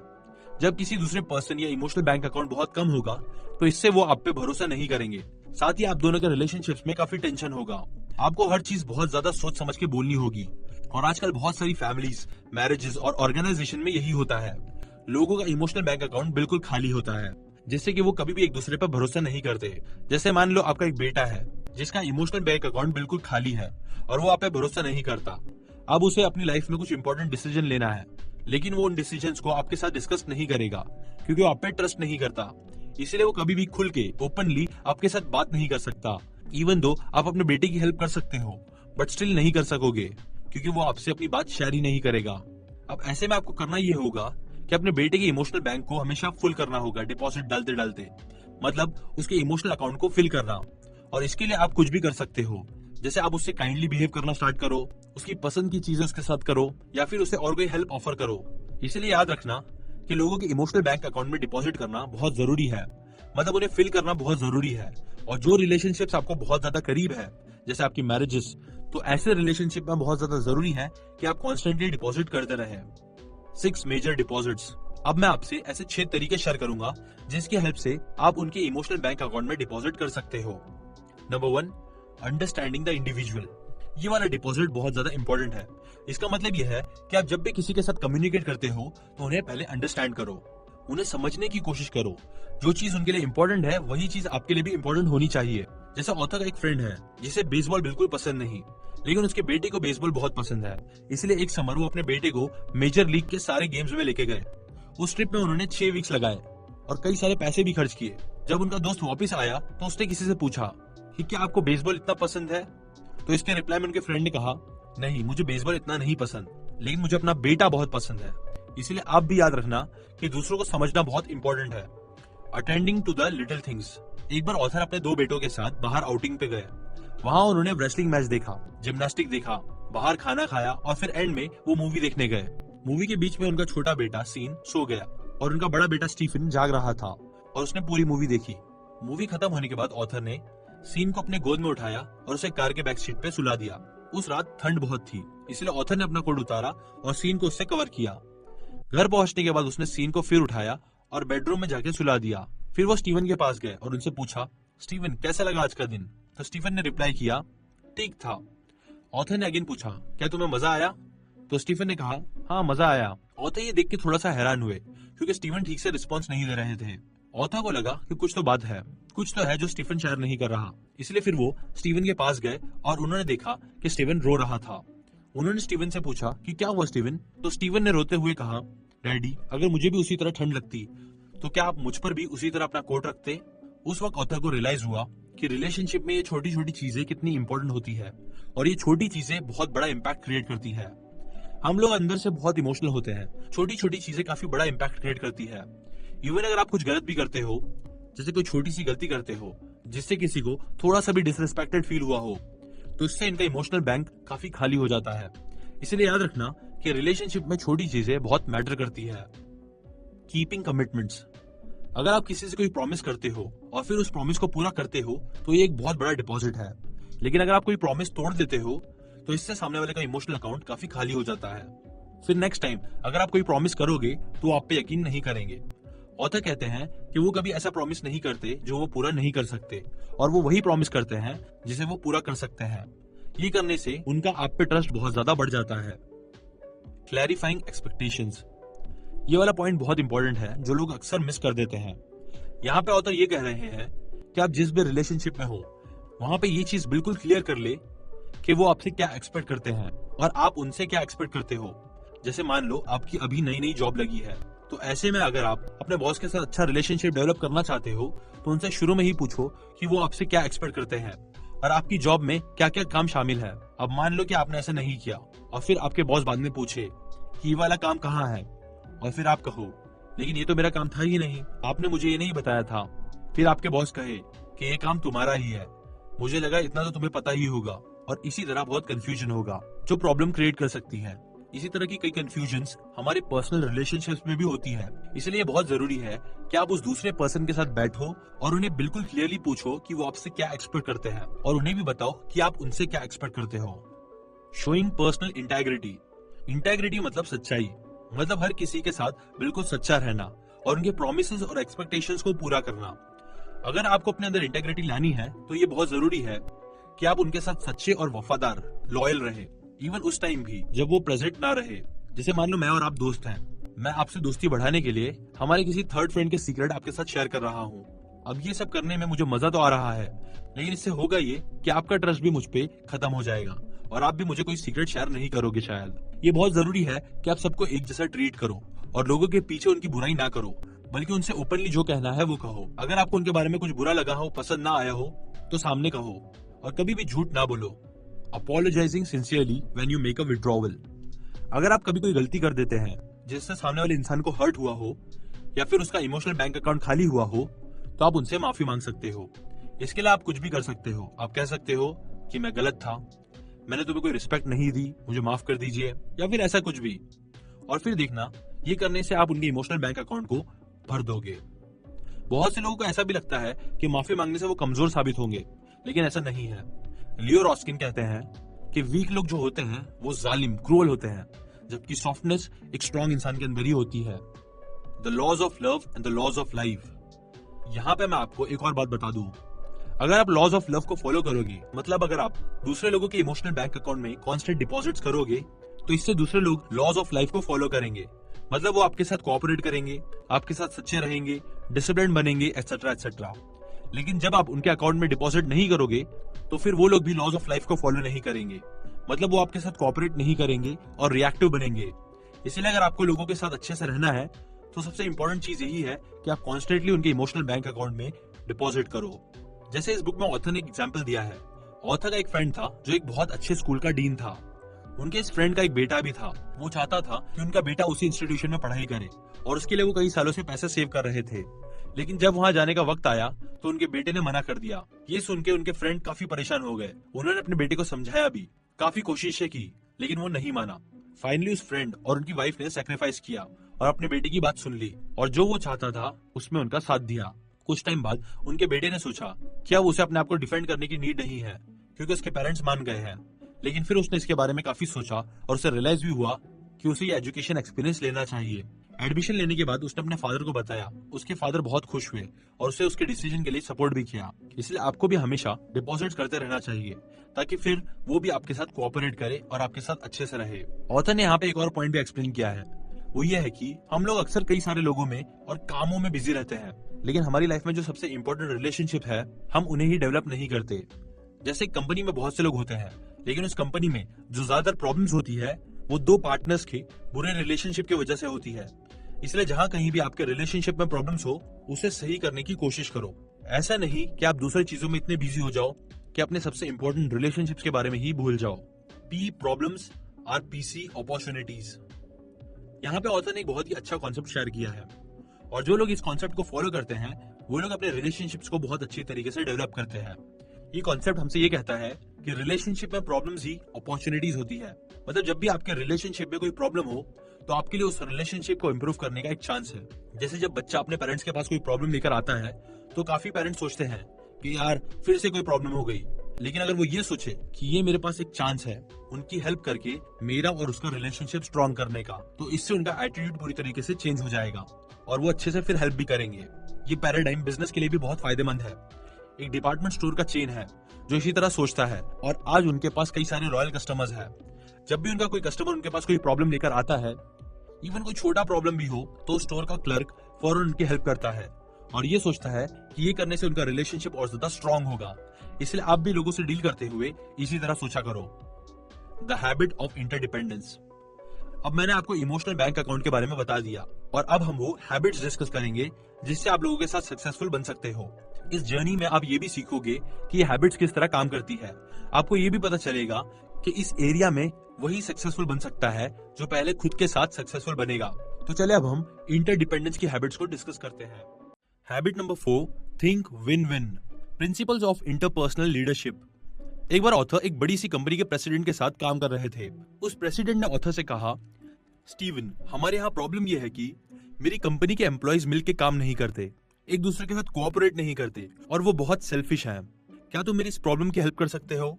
इस बारे में फिर प्रेसिडेंट ने ऑथर को और भी डिटेल में बताया और फिर ऑथर से पूछा, तुम्हारे यहाँ लोग कोऑपरेट क्यों नहीं करते? क्या कोऑपरेट ना करने का कोई रिवॉर्ड है? तो उसने रिप्लाई किया, नहीं, कोऑपरेट ना करने का कोई रिवॉर्ड नहीं है, लेकिन अगर वो कोऑपरेट करेंगे तो उन्हें बहुत से रिवॉर्ड्स मिलेंगे। फिर वो ऑथर को एक चार्ट दिखाते हैं जिसपे कई सारी पिक्चर्स बनी होती है और रिवॉर्ड बेसिकली ये होता है कि जो भी उस ऑफिस में सबसे अच्छा काम देगा उसे बर्मुडा का फ्री ट्रिप मिलेगा। अब ये प्रेसिडेंट हर वीक अपने एम्प्लॉयज के साथ मीटिंग करते और उन्हें ये चार्ट दिखाते और उनसे पूछते, तुम में से कौन है जो बर्मुडा का ट्रिप जाना चाहता है? मतलब वो प्रेसिडेंट ये चाहता था कि उसके एम्प्लॉयज आपस में कोऑपरेट करे, बल्कि उसने रिवॉर्ड ऐसा रखा था जिससे वो कोऑपरेट नहीं बल्कि आपस में कंपटीशन करने लगे। अगर एक एम्प्लॉय सक्सेसफुल बनता तो उससे दूसरा फेल होता। अब ये सारा प्रॉब्लम प्रेसिडेंट की गलत सोच का था, उनके गलत पैराडाइम का था और वो अपनी इस प्रॉब्लम को किसी क्विक फिक्स या टेक्निक से सॉल्व करना चाह रहे थे, जो कि गलत था। एंड आई एम श्योर ऐसी प्रॉब्लम्स आपके साथ भी होती होंगी। ऑथर कहते हैं कि जब आप दूसरे लोगों के साथ रहते हो तो फिर आपको उन्हें इन्फ्लुएंस करना आना चाहिए और इसीलिए आपके अंदर यह हैबिट होना बहुत जरूरी है, जो है think win win situation. 6 paradigms of human interaction. हम जब भी लोगों के साथ इंटरैक्ट करते हैं तो वो हम 6 तरीकों से करते हैं और अभी मैं आपके साथ वही डिस्कस करूंगा। First, win win.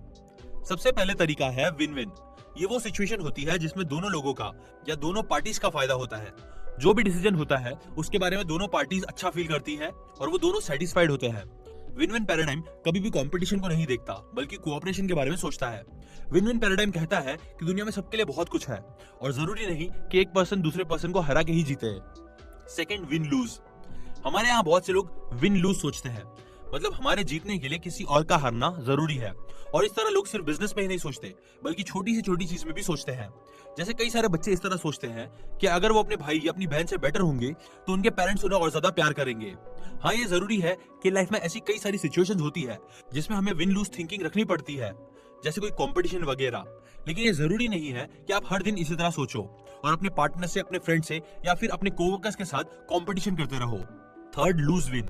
बहुत से लोग लूज विन भी सोचते हैं, मतलब ये कि किसी और के जीतने के लिए उनका हारना जरूरी है।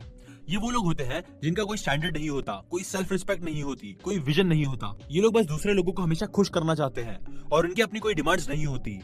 अगर आप लूज विन सोचते हो तो आप कभी अपनी फीलिंग्स को एक्सप्रेस नहीं कर सकते हो अच्छे से। Fourth, lose lose. Lose lose situation वो होती है जिसमें दोनों लोग हारते हैं। ये सिचुएशन उस वक्त आती है जब दो विन लूज पैराडाइम वाले लोग एक दूसरे के सामने आते हैं और वो बस दूसरे को हराना चाहते हैं, अपना फायदा करना चाहते हैं। उन्हें कोई फर्क नहीं पड़ता कि वो हारे या जीते, बस वो दूसरे को हराना चाहते हैं। जैसे एक बार एक हस्बैंड था जिसका अपनी वाइफ के साथ डाइवोर्स हो गया और कोर्ट में जज ने उस हस्बैंड से कहा कि वो अपने एसेट सेल करे और उसका 50% अपनी वाइफ को दे दे।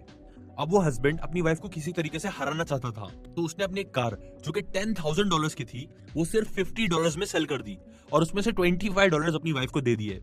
इस पे उस वाइफ ने प्रोटेस्ट करा और बाद में कोर्ट वालों को पता चला कि वो हस्बैंड सारे एसेट्स के साथ यही कर रहा था। उसे इस चीज से बिल्कुल फर्क नहीं पड़ रहा था कि इसमें उसका भी नुकसान हो रहा है। इसीलिए याद रखना कि ये पैराडाइम बिल्कुल भी इफेक्टिव नहीं होता है। विन। एक और पैराडाइम जो बहुत से लोगों के अंदर होता है वो है विन, मतलब वो सिर्फ अपनी जीत के बारे में सोचते हैं, दूसरों की हार या जीत से कोई फर्क नहीं पड़ता उन्हें, वो बस अपने बारे में सोचते हैं। Now which option is better? अब ये क्वेश्चन है कि इन 5 ऑप्शंस में से सबसे बेस्ट क्या है। इसके जवाब में ऑथर कहते हैं कि ये आपकी सिचुएशन पे डिपेंड करता है।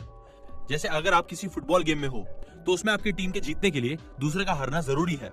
इसी तरह अगर आप किसी रिलेशनशिप में हो जो आपके लिए बहुत ज्यादा मैटर करता है तो हो सकता है उसमें आप लूज विन सोचे।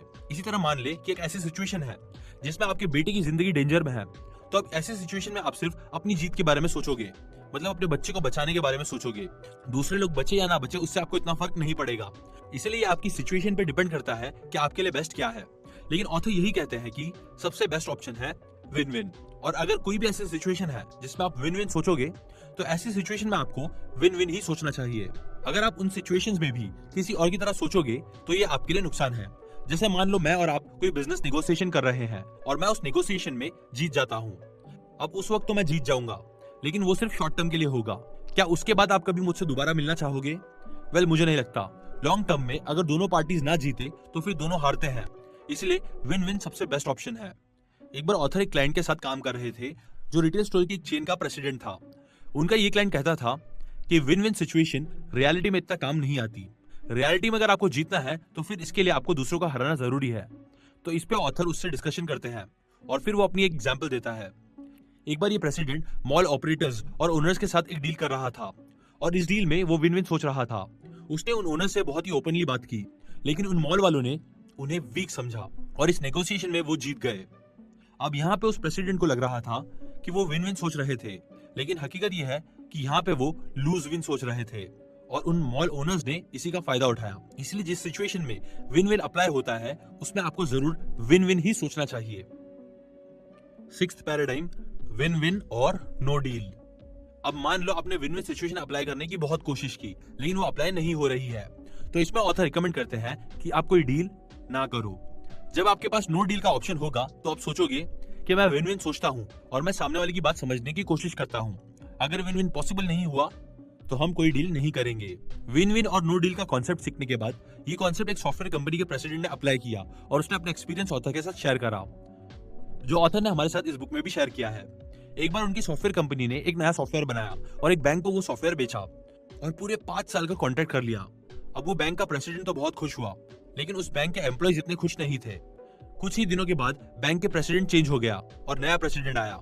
उस बैंक के प्रेसिडेंट ने कंपनी के प्रेसिडेंट से कहा कि वो इस सॉफ्टवेयर चेंज से कंफर्टेबल नहीं है और मेरे लोग भी खुश नहीं हैं और वो कॉन्ट्रैक्ट वापस लेना चाह रहे थे। अब अगर वो कंपनी चाहती तो उन्हें कॉन्ट्रैक्ट वापस ना भी करती, क्योंकि उन्होंने कॉन्ट्रैक्ट कर लिया था लीगली और उसके पास लीगल राइट्स थे, लेकिन ये करने से बैंक का नुकसान होता था और फिर ये विन विन सिचुएशन नहीं होती। इसलिए कंपनी ने बैंक के साथ कोऑपरेट किया और उन्हें कॉन्ट्रैक्ट वापस कर दिया। उनके एटीट्यूड से वो बैंक प्रेसिडेंट इतना खुश हुआ कि उसने 3 महीने के बाद उस कंपनी को एक नया कॉन्ट्रैक्ट दिया, और वो भी पहले से बहुत ज्यादा $240,000 का कॉन्ट्रैक्ट। इसलिए फ्रेंड याद रखना कि अगर विन विन सिचुएशन पॉसिबल ना हो तो कोई डील ना करना, क्योंकि अगर आपको उसके अलावा और कुछ किया तो इससे आपको लॉन्ग टर्म रिलेशनशिप्स पे नेगेटिव इंपैक्ट पड़ सकता है। 5 dimensions of win win. Win win situation हर तरह के रिलेशनशिप्स में और इंटरेक्शन में होना जरूरी है। अगर आप विन विन सोचना चाहते हो तो इसके 5 पार्ट्स होते हैं जो आपको डेवलप करने होंगे, और अब हम उनको ही डिस्कस करेंगे।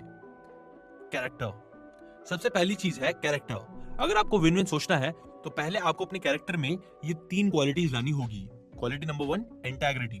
इंटेग्रिटी को हम पहले ही डिस्कस कर चुके हैं। इंटेग्रिटी का मतलब होता है कि सच्चाई के साथ रहना, और ये उस वक्त डेवलप होती है जब आप अपने आप से प्रॉमिसेस करते हो, कमिटमेंट्स करते हो और उन्हें पूरा करते हो। अगर आप अपने आप से और दूसरों से किए हुए प्रॉमिसेस को तोड़ देते हो तो इससे आपके रिलेशनशिप्स में भरोसा ये चीज खत्म हो जाती है और फिर आप विन विन सिचुएशन अप्लाई नहीं कर सकते हो। Quality number 2, maturity. मैच्योरिटी मतलब करेज और कंसीडरेशन का बैलेंस। ये एक चीज होती है करेज, और यहाँ इसका मतलब है ओपिनियन और फीलिंग्स को एक्सप्रेस करना, मतलब दूसरे को बताना कि आप क्या सोचते हो। कंसीडरेशन मतलब ये है कि आप दूसरे की फीलिंग्स और इंटरेस्ट का ख्याल करें। अगर आप विन विन सिचुएशन को अप्लाई करना चाहते हो तो आप में ये हिम्मत भी होनी चाहिए कि आप अपने इंटरेस्ट को दूसरों को बता सको, और आपके अंदर इतनी अच्छाई भी होनी चाहिए कि आप दूसरों की बात सुनो और उनके भी फायदे को सोचो। अगर दोनों में से कोई एक भी चीज मिसिंग है तो फिर आप विन विन सिचुएशन नहीं क्रिएट कर सकते। Number 3, abundance mentality. ये थर्ड क्वालिटी बहुत ज्यादा इंपॉर्टेंट है। अबंडेंस मेंटालिटी मतलब यूं सोचना कि इस दुनिया में हर किसी के लिए बहुत कुछ है। ज्यादातर लोग स्कैर्स मेंटालिटी वाले होते हैं। वो सोचते हैं कि इस दुनिया में चीजें बहुत कम है और अगर किसी और को ज्यादा मिले तो हमें कम मिलेगी वो चीज। ये लोग हमेशा दूसरों के साथ कंपटीशन में लगे रहते हैं। ये ज्यादातर उन लोगों के साथ रहते हैं जो उन्हें ज्यादा चैलेंजिंग ना लगे। लेकिन आपको हमेशा अबंडेंस मेंटालिटी रखनी चाहिए। ये सोचना चाहिए कि इस दुनिया में हर किसी के लिए बहुत कुछ है, और अगर किसी और को ज्यादा मिलेगा तो इससे ये मतलब नहीं है कि आपको कम मिलेगा। याद रखना कि ये हैबिट पब्लिक विक्ट्री के लिए है। पब्लिक विक्ट्री का ये मतलब नहीं होता है कि आप दूसरे लोगों से जीत जाओ। इसका ये मतलब होता है कि आप दूसरों के साथ मिल के काम करो, एक साथ चीजें अचीव करो। इसलिए इस हैबिट के लिए ये 3 क्वालिटीज आपके कैरेक्टर में होना बहुत जरूरी है। रिलेशनशिप्स। कैरेक्टर के बाद आता है रिलेशनशिप्स। यहाँ पे ऑथर कह रहे हैं कि अगर आप विन विन इस हैबिट को ठीक से अप्लाई करना चाहते हो तो इसके लिए ये भी जरूरी है कि उस दूसरे पर्सन का इमोशनल बैंक अकाउंट भरा हुआ हो। इमोशनल अकाउंट के बारे में हम ऑलरेडी डिस्कस कर चुके हैं और मैंने आपको ये भी बताया है कि उसे कैसे फिल करना चाहिए। अब आप खुद सोचो, जब उन लोगों का इमोशनल बैंक अकाउंट फुल होगा तो वो आप पे बहुत ज्यादा भरोसा करेंगे और जब भरोसा ज्यादा होगा तो आप दोनों इजीली विन विन सिचुएशन को अप्लाई कर सकोगे। आप दोनों एक दूसरे को रिस्पेक्ट करोगे, एक दूसरे की बात समझोगे, ओपनली बात करोगे। इवन अगर उस दूसरे पर्सन ने कभी विन विन के बारे में नहीं सोचा हो, सुना भी नहीं हो फिर भी, लेकिन अगर उसका इमोशनल बैंक अकाउंट हाई नहीं होगा तो फिर आप लोग विन विन नहीं सोच पाओगे। ये भी याद रखना कि इमोशनल बैंक अकाउंट को हाई करने के लिए आपको डिपॉजिट्स करने होते हैं, और वो एक चीज है जो आपके सर्कल ऑफ इन्फ्लुएंस में आती है, मतलब वो आपके कंट्रोल में है। इसलिए रिलेशनशिप्स को सही रखना बहुत इंपॉर्टेंट है। एग्रीमेंट्स, कई बार अपनी वर्क फील्ड में आप एग्रीमेंट्स भी और डील्स भी करोगे, और वहां पे भी विन विन सिचुएशन अप्लाई की जा सकती है। आपको याद होगा कि हमने डेलीगेशन के लेसन में 5 एलिमेंट्स डिस्कस किए थे, और एग्रीमेंट्स करते वक्त भी आपको उन्हीं स्टेप्स को फॉलो करना होगा। अभी मैं आपके साथ वो 5 एलिमेंट्स फिर से बता देता हूँ। पहला एलिमेंट है डिजायर्ड रिजल्ट्स। सबसे पहले आपको पता होना चाहिए कि आपको एग्जैक्टली क्या रिजल्ट्स चाहिए।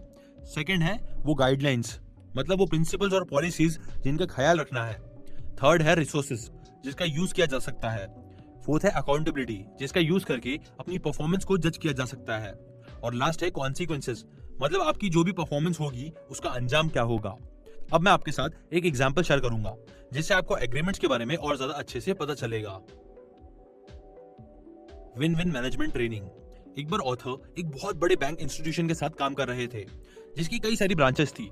उस बैंक इंस्टीट्यूशन में एक ट्रेनिंग प्रोग्राम होता था जिसपे हर साल लाखों डॉलर्स खर्च किए जाते थे। इस प्रोग्राम में होता यह था कि ये इंस्टीट्यूशन कुछ कॉलेज ग्रेजुएट्स को सिलेक्ट करता था और फिर उनकी 6 मंथ्स की ट्रेनिंग होती थी।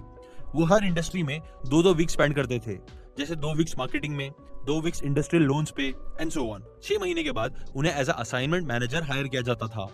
इस बैंक इंस्टीट्यूशन ने ऑथर को हायर किया और उनसे कहा कि वो उनके इस ट्रेनिंग प्रोग्राम को देखे और उसे इम्प्रूव करे।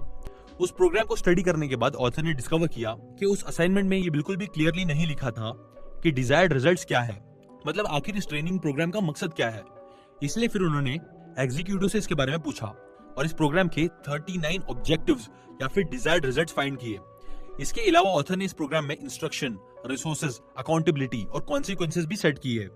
इस प्रोग्राम के कॉन्सिक्वेंसेज ये थे कि जो भी प्रोग्राम में डिजायर्ड रिजल्ट्स को पूरा करेगा उसे असिस्टेंट मैनेजर बना दिया जाएगा और उसकी सैलरी भी बढ़ा दी जाएगी। अब सारी चीजें बिल्कुल क्लियर थी और जो ट्रेनी थे वो बहुत ही मोटिवेटेड हो गए इससे। इसके बाद वो ट्रेनीज डिफरेंट डिपार्टमेंट्स में जाते और अपने ट्रेनिंग प्रोग्राम के ऑब्जेक्टिव्स को पूरा करने के लिए हेल्प मांगते, साथ ही वो एक दूसरे के साथ कोऑपरेट भी करते। इस प्रोग्राम से उन ट्रेनीज का बहुत ज्यादा फायदा हुआ और बैंक इंस्टीट्यूशन का भी, जो पहले नहीं हो पा रहा था। Win win performance agreements. Management consultant Peter Drucker कहते हैं कि मैनेजर्स और एम्प्लॉइज को मैनेजर्स लेटर यूज करना चाहिए। इसमें होता यह है कि एक एम्प्लॉय और मैनेजर डिस्कशन करते हैं जिसमें वो डिजायर्ड रिजल्ट्स, गाइडलाइंस, रिसोर्सेज और हर चीज को डिस्कस करते हैं, और फिर वो जो एम्प्लॉय होता है वो मैनेजर को लेटर लिखता है। उस लेटर में वो उनसे पूरे डिस्कशन को समराइज करता है और बताता है कि उसकी परफॉर्मेंस का रिव्यू कब लिया जाएगा। इससे होता यह है कि मैनेजर और एम्प्लॉय दोनों बिल्कुल क्लियर हो जाते हैं, कोई कंफ्यूजन नहीं रहती। आपको भी इसी तरह अपने रिलेशनशिप्स में एग्रीमेंट्स करने चाहिए, ऐसी एग्रीमेंट्स जिससे आप दोनों का फायदा हो। जैसे ऑथर ने अपने रियल लाइफ एग्जांपल भी शेयर किया है। जब उनकी बेटी 16 साल की थी तो उन्होंने उसके साथ एक एग्रीमेंट किया और ये एग्रीमेंट उनकी कार से रिलेटेड था। एग्रीमेंट में उन्होंने सारी बातें बिल्कुल क्लियरली डिस्कस की। उन्होंने एग्री किया कि उनकी बेटी कार ड्राइव करते वक्त ट्रैफिक रूल्स को ओबे करेगी, वो उस कार को मेंटेन करेगी, उसे साफ रखेगी, सिर्फ जरूरत के लिए कार यूज करेगी, साथ ही वो अपने मदर के कामों के लिए भी ड्राइव करेगी एंड सो ऑन। अगर वो इस एग्रीमेंट को तोड़ेगी तो उसके कॉन्सिक्वेंसेज ये थे कि फिर वो कार ड्राइव नहीं कर सकती है। अब ये एक विन विन सिचुएशन थी क्योंकि इसमें दोनों पार्टीज का फायदा हो रहा था। उनकी बेटी को कार ड्राइव करने मिल रही थी, साथ ही उन्हें अब कार को मेंटेन करने के लिए या फिर कार को साफ करने की फिक्र नहीं करनी हो रही थी, जिससे दोनों खुश थे। अब मैं आपसे एक बिजनेस रिलेटेड एग्जांपल शेयर करता हूं जो ऑथर ने इस बुक में बताया है। एक बार ऑथर ने एक बहुत बड़ी रियल एस्टेट ऑर्गेनाइजेशन के साथ काम करा। इस ऑर्गेनाइजेशन में एक एनुअल अवार्ड प्रोग्राम होता था जिसमें उनके एम्प्लॉइज को अवार्ड दिए जाते थे। उस अवार्ड प्रोग्राम में 800 सेल एसोसिएट थे जिसमें से 40 को अवार्ड्स मिले। अब ये जरूरी है कि वहां पे 40 लोगों को अवार्ड्स मिले और वो जीते, लेकिन इसका ये भी मतलब है कि वहां पे 760 लोग हार गए। ऑथर जब उस ऑर्गेनाइजेशन के साथ काम कर रहे थे तो उन्होंने वहां के सिस्टम को चेंज किया और उसे विन विन पैराडाइम के हिसाब से रखा। साथ ही उन्होंने एम्प्लॉइज को एनकरेज किया कि वो एक दूसरे को सपोर्ट करे और एक दूसरे के साथ कोऑपरेट करें। 1 साल बाद जब अवार्ड प्रोग्राम हुआ तो वहां पे 1000 सेल एसोसिएट थे जिसमें से 800 को अवार्ड मिला और उन सब की परफॉर्मेंस में भी काफी इंप्रूवमेंट आई। ये भी हमेशा याद रखना कि अगर आप विन विन सिचुएशन चाहते हो तो आपके यहाँ सिस्टम भी ऐसे होने चाहिए जो विन विन सिचुएशन को सपोर्ट करते हैं। जैसे कि एग्जांपल, उनका जो अवार्ड सिस्टम था वो इस चीज को सपोर्ट नहीं कर रहा था। इसलिए मेक श्योर करें कि आपका सिस्टम इस पैराडाइम को सपोर्ट करे। जैसे आपका ट्रेनिंग सिस्टम, जिसके हमने एग्जांपल डिस्कस की थी, planning system, budgeting system etcetera. Win win agreement के साथ एक इंसान को पता चल जाता है कि उसे क्या करना है, उसके पास वो स्पेसिफिक गाइडलाइंस आ जाती है, रिसोर्सेज आ जाते हैं और उसे कॉन्सिक्वेंसेस भी पता होते हैं। इसलिए बहुत ज्यादा फायदेमंद है। प्रोसेस। हार्वर्ड के 2 लॉ प्रोफेसर्स रॉजर फिशर और विलियम ईरी, जिन्होंने अपने रिसर्च के बेस पर एक बुक लिखी जिसका नाम है गेटिंग टू यस। उस बुक में उन्होंने विन विन का वर्ड तो यूज नहीं किया है, लेकिन वहां भी उन्होंने यही कॉन्सेप्ट शेयर किया है। उन्होंने सजेस्ट किया है कि जब भी किसी से कोई डील करो तो उस पर्सन के इंटरेस्ट पे फोकस करो, कुछ ऐसा सोचो जिससे दोनों का फायदा हो। ऑथर अपने एक्सपीरियंस के बेस पर कहते हैं कि अगर आप भी एक विन विन सिचुएशन चाहते हो तो उसके 4 स्टेप्स है। सबसे पहले सिचुएशन को उनकी नजर से देखो और उनकी नीड्स को समझने की कोशिश करो। इसके बाद जो मेन इश्यूज है उन्हें डायरेक्टली आइडेंटिफाई करो। थर्ड स्टेप ये है कि वो रिजल्ट्स डिसाइड करो जो आप चाहते हो। एंड फाइनली फोर्थ, उन रिजल्ट्स को अचीव करने के लिए कुछ सोचो कि वो रिजल्ट्स कैसे अचीव होंगे। इस प्रोसेस के 2 एलिमेंट्स हम आने वाले 2 हैबिट्स में बहुत ही डिटेल में डिस्कस करेंगे।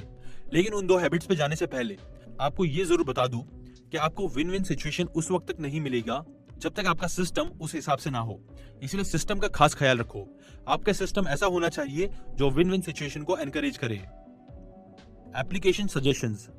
नंबर 1, किसी ऐसे डील या एग्रीमेंट के बारे में सोचो जो फ्यूचर में हो सकता है और फिर अपने आप से कमिटमेंट करो कि आप करेज और कंसिडरेशन के बीच में बैलेंस रखोगे। नंबर 2, उन ऑब्स्टिकल्स, रुकावटों के बारे में सोचो जो आपको एक विन विन सिचुएशन से रोकती है और उन ऑब्स्टिकल्स की एक लिस्ट बना लो। इसके बाद ये भी सोचो कि आप उन ऑब्स्टिकल्स को कम करने के लिए क्या कर सकते हो। नंबर 3, अपना कोई एक रिलेशनशिप चूज करो जहां आपको एक विन विन एग्रीमेंट करना है। ये भी सोचो कि आपको क्या चाहिए और ये भी सोचो कि दूसरे पर्सन के लिए एक विन सिचुएशन क्या होगी और फिर उन्हें अप्रोच करो और उनसे पूछो कि क्या वो आपसे एक एग्रीमेंट करेंगे जिससे दोनों का फायदा हो। नंबर 4, अपनी लाइफ में कोई 3 इंपॉर्टेंट रिलेशनशिप्स आइडेंटिफाई करो और फिर कुछ स्पेसिफिक वेज लिखो जिनकी हेल्प से आप उनके इमोशनल बैंक अकाउंट में ट्रस्ट बढ़ा सको। नंबर 5, अपने आप को देखो और ये बताओ कि आप कैसा सोचते हो। क्या आप विन लूज सोचते हो या फिर लूज विन सोचते हो, और आप जैसा भी सोचते हो क्या उससे आपको फायदा हो रहा है। नंबर 6, अपनी लाइफ में कोई रोल मॉडल ढूंढो जो विन विन सोचता हो और मुश्किल सिचुएशंस में भी दोनों पार्टीज का फायदा देखता हो। उस पर्सन से क्लोज रहो और उनसे उनकी विन विन मेंटालिटी के बारे में सीखो। Habit number 5, seek first to understand then to be understood. Principle of empathetic communication.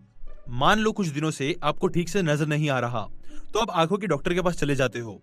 अब वहां जाके आप अपनी प्रॉब्लम डॉक्टर को समझाते हो। आपकी प्रॉब्लम सुनने के बाद डॉक्टर अपना चश्मा उतारता है और आपसे कहता है कि ये चश्मा ट्राई करो, इससे तुम्हें सही से नजर आएगा। तो ये सुनकर आप कंफ्यूज होते हो, बट स्टिल आप चश्मा ट्राई करते हो, बट आपको सही से नजर नहीं आता बल्कि और ज्यादा खराब दिखने लगता है। तो फिर आप उस डॉक्टर से कहते हो कि ये चश्मा ठीक नहीं है। तो इस बात पर डॉक्टर बोलता है और बहस करने लगता है कि क्या मतलब सही नजर नहीं आ रहा, मैं इससे पिछले 10 सालों से अच्छे से यूज कर रहा हूँ और मुझे सब सही से नजर आता है इस चश्मे से।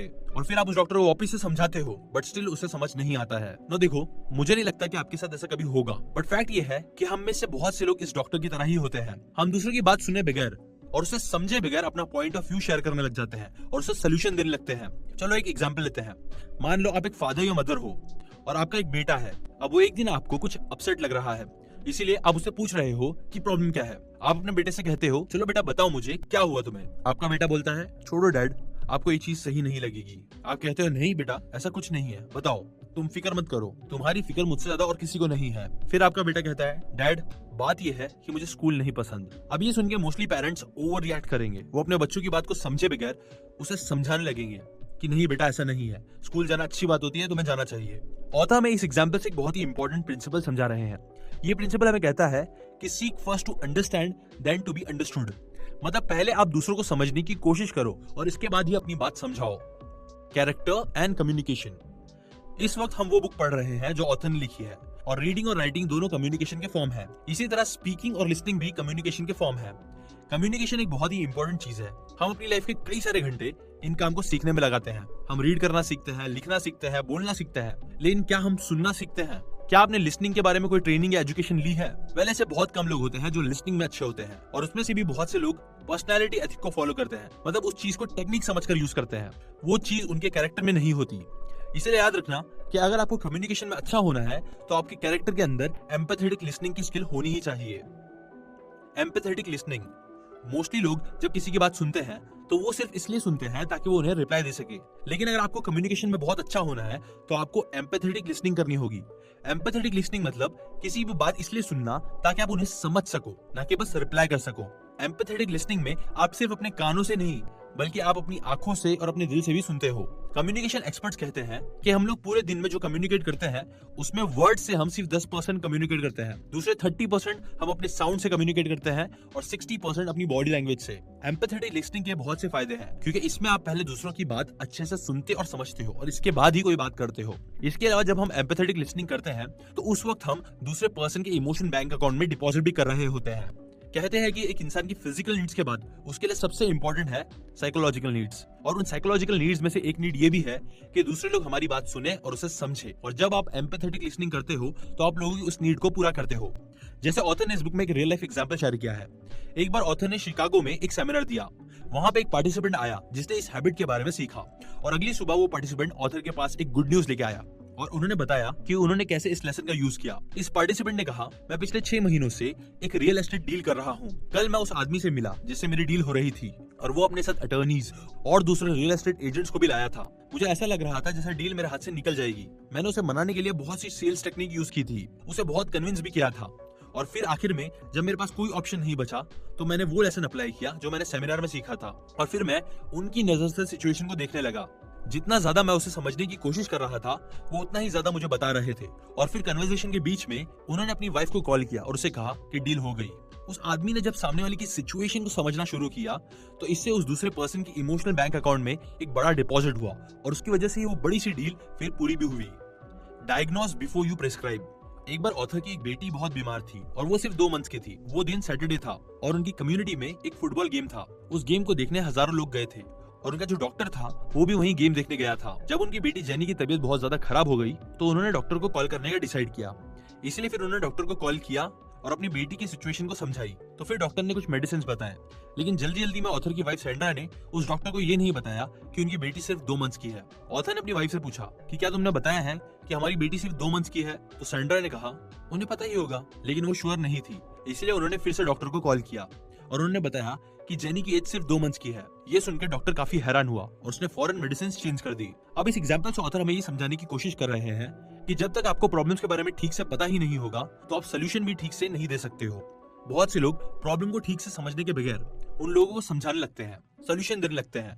सोल्यूशन देने से पहले ये जरूरी है कि आप प्रॉब्लम को ठीक से समझो। जैसे जब एक कंपनी कोई प्रोडक्ट डिजाइन करती है तो पहले अपने कंज्यूमर्स की बाइंग हैबिट्स को देखती है, और इस तरह एक अच्छा पेरेंट अपने बच्चे को जज करने से पहले उसे ठीक से समझेगा। एक अच्छा इंजीनियर कोई भी चीज बनाने से पहले चीज को अच्छे से स्टडी करेगा कि एक्चुअल क्या नीड है लोगों की। इसलिए याद रखना कि पहले प्रॉब्लम को ठीक से समझना बहुत इंपॉर्टेंट है, हर फील्ड हर जगह।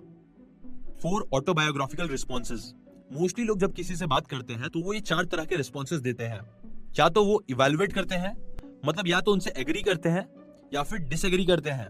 इसके अलावा वो प्रोबिंग करते हैं, मतलब उनसे बार बार सवाल पूछते हैं, उनसे इंफॉर्मेशन निकलवाने की कोशिश करते हैं। थर्ड रिस्पॉन्स होता है एडवाइस, मतलब अपने एक्सपीरियंस के बारे में उनसे एडवाइस देते हैं। या फिर फोर्थ होता है इंटरप्रेट, मतलब अपनी नजर से उन्हें देखते हैं और उन्हें जज करते हैं।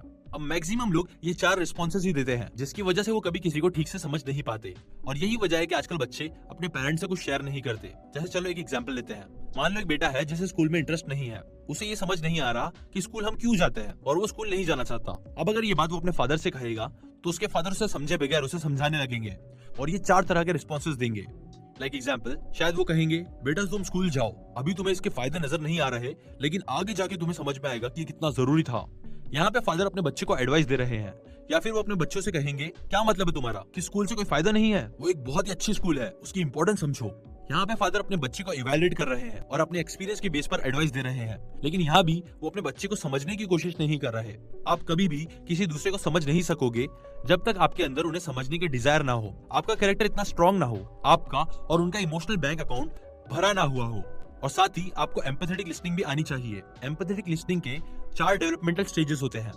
सबसे पहला स्टेज है मिमिक कंटेंट। इसमें आप बस सामने वाले की बात सुनते हो और उनके साथ साथ रिपीट करते हो। सेकंड स्टेज है रीफ्रेजिंग कंटेंट। इसमें आप उनकी बात सुनते हो और उसे बस दूसरे वर्ड्स में प्रेजेंट करते हो। जैसे एक बेटा अपने फादर से कहे बस बहुत हो गया डैड, मुझे स्कूल समझता ही नहीं, तो फादर कहते हैं मतलब तुम स्कूल जाना नहीं चाहते हो। ये वाला स्टेज पहले वाले स्टेज से बेटर है, बट स्टिल इतना इफेक्टिव नहीं है। थर्ड स्टेज में आप उनके वर्ड्स पे इतना ध्यान नहीं देते, आपका ध्यान उनकी फीलिंग्स पे होता है। जैसे अगर बेटा कहे बस बहुत हो गया डैड, मुझे स्कूल की समझ नहीं आती, तो फादर कहे आई थिंक बेटा तुम बहुत ज्यादा तंग आ गए हो स्कूल से। यहाँ पे फादर एम्पैथेटिक लिसनिंग के थर्ड स्टेज पे है। अब बात करते हैं फोर्थ स्टेज की, जो सबसे ज्यादा इफेक्टिव है। इसमें सेकंड और थर्ड दोनों स्टेज मिले हुए होते हैं। इसमें आप उनकी कही हुई बातों को रिफ्रेश भी करते हो और उनकी फीलिंग्स को भी समझते हो। जैसे अगर बेटा अपने फादर से कहे कि बस बहुत हो गया डैड, मुझे स्कूल की समझ ही नहीं आती, तो फादर उसे कहेगा बेटा शायद तुम स्कूल को लेकर बहुत तंग आ गए हो। जब आप एम्पैथेटिक लिसनिंग के फोर्थ स्टेज को फॉलो करते हो तो इससे आप उनकी साइकोलॉजिकल नीड्स को पूरा करते हो। ये करने से फिर वो आप पे ट्रस्ट करते हैं और हर चीज ओपनली आपके साथ डिस्कस करते हैं। बहुत से लोग ये भी कहते हैं कि एम्पैथेटिक लिसनिंग में बहुत टाइम लगता है, लेकिन मैं आपको ये बता दूं कि उसमें शुरू में ही टाइम लगता है, लेकिन फिर बाद में आपका टाइम बचता भी है। जब आप किसी डॉक्टर के पास जाते हो तो वो आपसे ये नहीं कहता कि मेरे पास आपकी प्रॉब्लम सुनने का टाइम नहीं है, बस ये ट्रीटमेंट ले लो। नहीं, वो ऐसा नहीं करता, क्योंकि अगर वो ये करेगा तो इससे प्रॉब्लम और ज्यादा बढ़ सकती है और फिर उस प्रॉब्लम को सॉल्व करने में और टाइम लग सकता है। एक बार ऑथर एक रूम में बैठे थे, राइटिंग कर रहे थे और उस रूम की विंडो भी खुली हुई थी। अचानक जोर की हवा आई और उनके सारे पेपर्स उड़ गए। वो पेपर्स को जमा करने लग गए। फिर ऑथर ने डिसाइड किया कि पेपर उठाने से अच्छा है कि वो पहले 10 सेकंड्स निकालकर विंडो बंद कर दे ताकि पेपर्स वापस ना उड़े। इसी तरह एम्पैथेटिक लिसनिंग में भी टाइम लगता है, लेकिन अगर आप वो नहीं करोगे तो आपका और ज्यादा टाइम फ्यूचर में बर्बाद हो सकता है।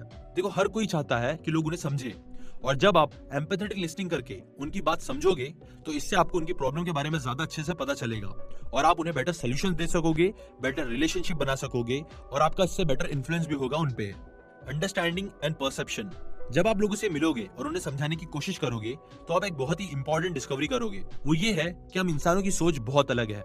हम एक ही सिचुएशन में डिफरेंट तरीकों से सोचते हैं। जैसे हो सकता है कि मैं किसी सिचुएशन को मनी सेंटर्ड ग्लास से देखूं, जबकि आप उसी सिचुएशन को स्पाउस सेंटर्ड ग्लास से देखो। हो सकता है कि आप अबेंडेंट मेंटालिटी के हो, जबकि मैं स्कैर्स मेंटालिटी का। अब क्वेश्चन ये है कि इतने सारे डिफरेंस होने के बावजूद हम एक दूसरे के साथ कोऑपरेट कैसे कर सकते हैं, हम कैसे एक दूसरे के साथ काम कर सकते हैं। जैसे हो सकता है कि आपके पार्टनर और आपकी सोच बिल्कुल अलग अलग हो, इसी तरह आप जहाँ काम करते हो वहाँ भी यही प्रॉब्लम हो सकती है। तो क्वेश्चन ये है कि हम इसका क्या करें, हम कैसे एक साथ मिलकर काम कर सकते हैं। तो इसका आंसर है हैबिट नंबर 5। अगर आप एक विन विन सिचुएशन चाहते हैं जिसमें आप दोनों का फायदा हो, तो इसके लिए सबसे पहले आपको हैबिट नंबर 5 को प्रैक्टिस करना होगा। इवन तो लोगों की सोच में काफी फर्क होता है, बट उस डिफरेंस के बावजूद आप हैबिट नंबर 5 प्रैक्टिस करना स्टार्ट करो और उसे अप्लाई करो ताकि उसे एक विन विन सिचुएशन बना सको। इस बुक में ऑथर एक एग्जीक्यूटिव का एग्जांपल शेयर करते हैं कि कैसे उन्होंने प्रिंसिपल को बिजनेस में अप्लाई किया। यह एग्जीक्यूटिव एक कंपनी में काम कर रहे थे और उसकी कंपनी के एक बड़े बैंक इंस्टीट्यूशन के साथ डील हो रही थी। उनकी ये कंपनी अपनी सर्विस और कॉस्ट दोनों बढ़ाना चाहते थे, लेकिन उस बैंक की डिमांड्स बहुत ज्यादा थी।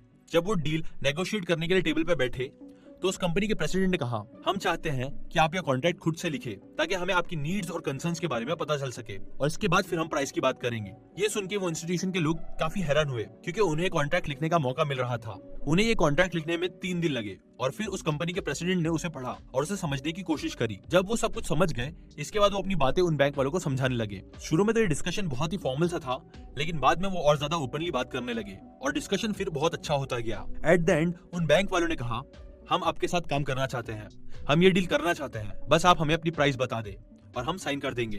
अगर आपने इस एग्जांपल को गौर से सुना होगा तो सबसे पहले उस प्रेसिडेंट ने उनकी बात समझी और फिर उसके बाद ही उन्होंने अपनी बातें समझाई। इसलिए याद रखना कि अपनी बात उन्हें समझाना भी बहुत जरूरी है, और चाहे आपके परसेप्शन डिफरेंट ही क्यों ना हो, जब आप हैबिट नंबर 5 को यूज करोगे तो इससे एक विन विन सिचुएशन जरूर बनेगी।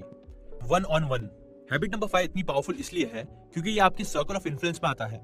मतलब एक ऐसी चीज है जो आपके कंट्रोल में है। आप जब भी किसी से कम्युनिकेट करोगे तो आप उनकी बात सुन सकते हो और समझ सकते हो। जब आप ऐसा करोगे तो इससे आप लोगों को समझ सकोगे और उनके इमोशनल बैंक अकाउंट को भी फिल करोगे।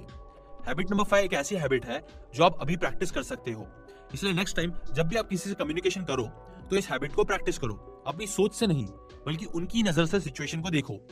ये भी याद रखना कि आपको उन्हें बोलने के लिए पुश नहीं करना, आपको उनके साथ रिस्पेक्टफुल रहना है। अगर आप चाहे तो किसी प्रॉब्लम के होने से पहले ही इस हैबिट को प्रैक्टिस कर सकते हो। जैसे आप अभी अपने बच्चों के साथ टाइम स्पेंड कर सकते हो, उन्हें सुने, उन्हें समझे, उनसे उनकी स्कूल लाइफ के बारे में पूछो, उनकी प्रॉब्लम्स, उनके चैलेंजेस के बारे में पूछो। इसी तरह आप 1-on-1 कम्युनिकेशन पे फोकस करो। ये चीज आप अपने पार्टनर के साथ भी कर सकते हो या फिर अपने किसी एम्प्लॉय के साथ। आप जब भी इस हैबिट को प्रैक्टिस करोगे तो आप उनकी प्रॉब्लम के लिए सॉल्यूशंस भी निकालोगे, और चाहे फिर आपकी सोच डिफरेंट क्यों ना हो, आपको कम्युनिकेशन में प्रॉब्लम नहीं होगी। एप्लीकेशन सजेशंस नंबर 1, अपनी लाइफ में कोई एक रिलेशनशिप सिलेक्ट करो जो बहुत डेंजर में है, जिसका इमोशनल बैंक अकाउंट बिल्कुल खत्म होने वाला है। फिर थोड़ा सा टाइम निकाल के पूरी सिचुएशन को, उस पर्सन की पॉइंट ऑफ व्यू को देखो और फिर उसे लिखो। फिर जब भी आपकी उस पर्सन के साथ बात हो तो उन्हें समझने की कोशिश करो, ना कि समझाने की। फिर आपने जो अपने पास लिखा है और जो आपने उनसे बात करके फाइंड आउट किया है उससे कंपेयर करो, क्या वो सेम है, मतलब क्या आपने जैसा सोचा था सिचुएशन वैसी ही है।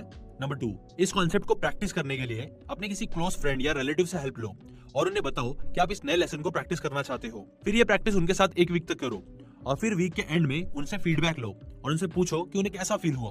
नंबर 3, नेक्स्ट टाइम जब भी आप किसी को इस तरह की कन्वर्सेशन करते देखो तो कुछ देर के लिए अपने कान बंद कर लो और सिर्फ उन्हें देखो कि लोग कैसे वर्ड्स के बगैर इमोशन से भी कम्युनिकेट करते हैं। नंबर 4, नेक्स्ट टाइम जब भी आप किसी को समझे बिना उन्हें कुछ बोलो या जज करो या फिर कोई भी गलत रिस्पॉन्स दो तो फौरन उनसे माफी मांगो। नंबर 5, जब भी नेक्स्ट आप किसी के साथ कन्वर्सेशन करो तो पहले उनके पॉइंट ऑफ व्यू को अच्छे से समझो, मतलब पूरी सिचुएशन को उनकी नजर से देखने की कोशिश करो और फिर इसके बाद अपना पॉइंट ऑफ व्यू दो और उन्हें समझाओ। Habit number 6, synergy, principles of creative cooperation. ये पब्लिक विक्ट्री की लास्ट हैबिट है जिसे कहते हैं सिनर्जी।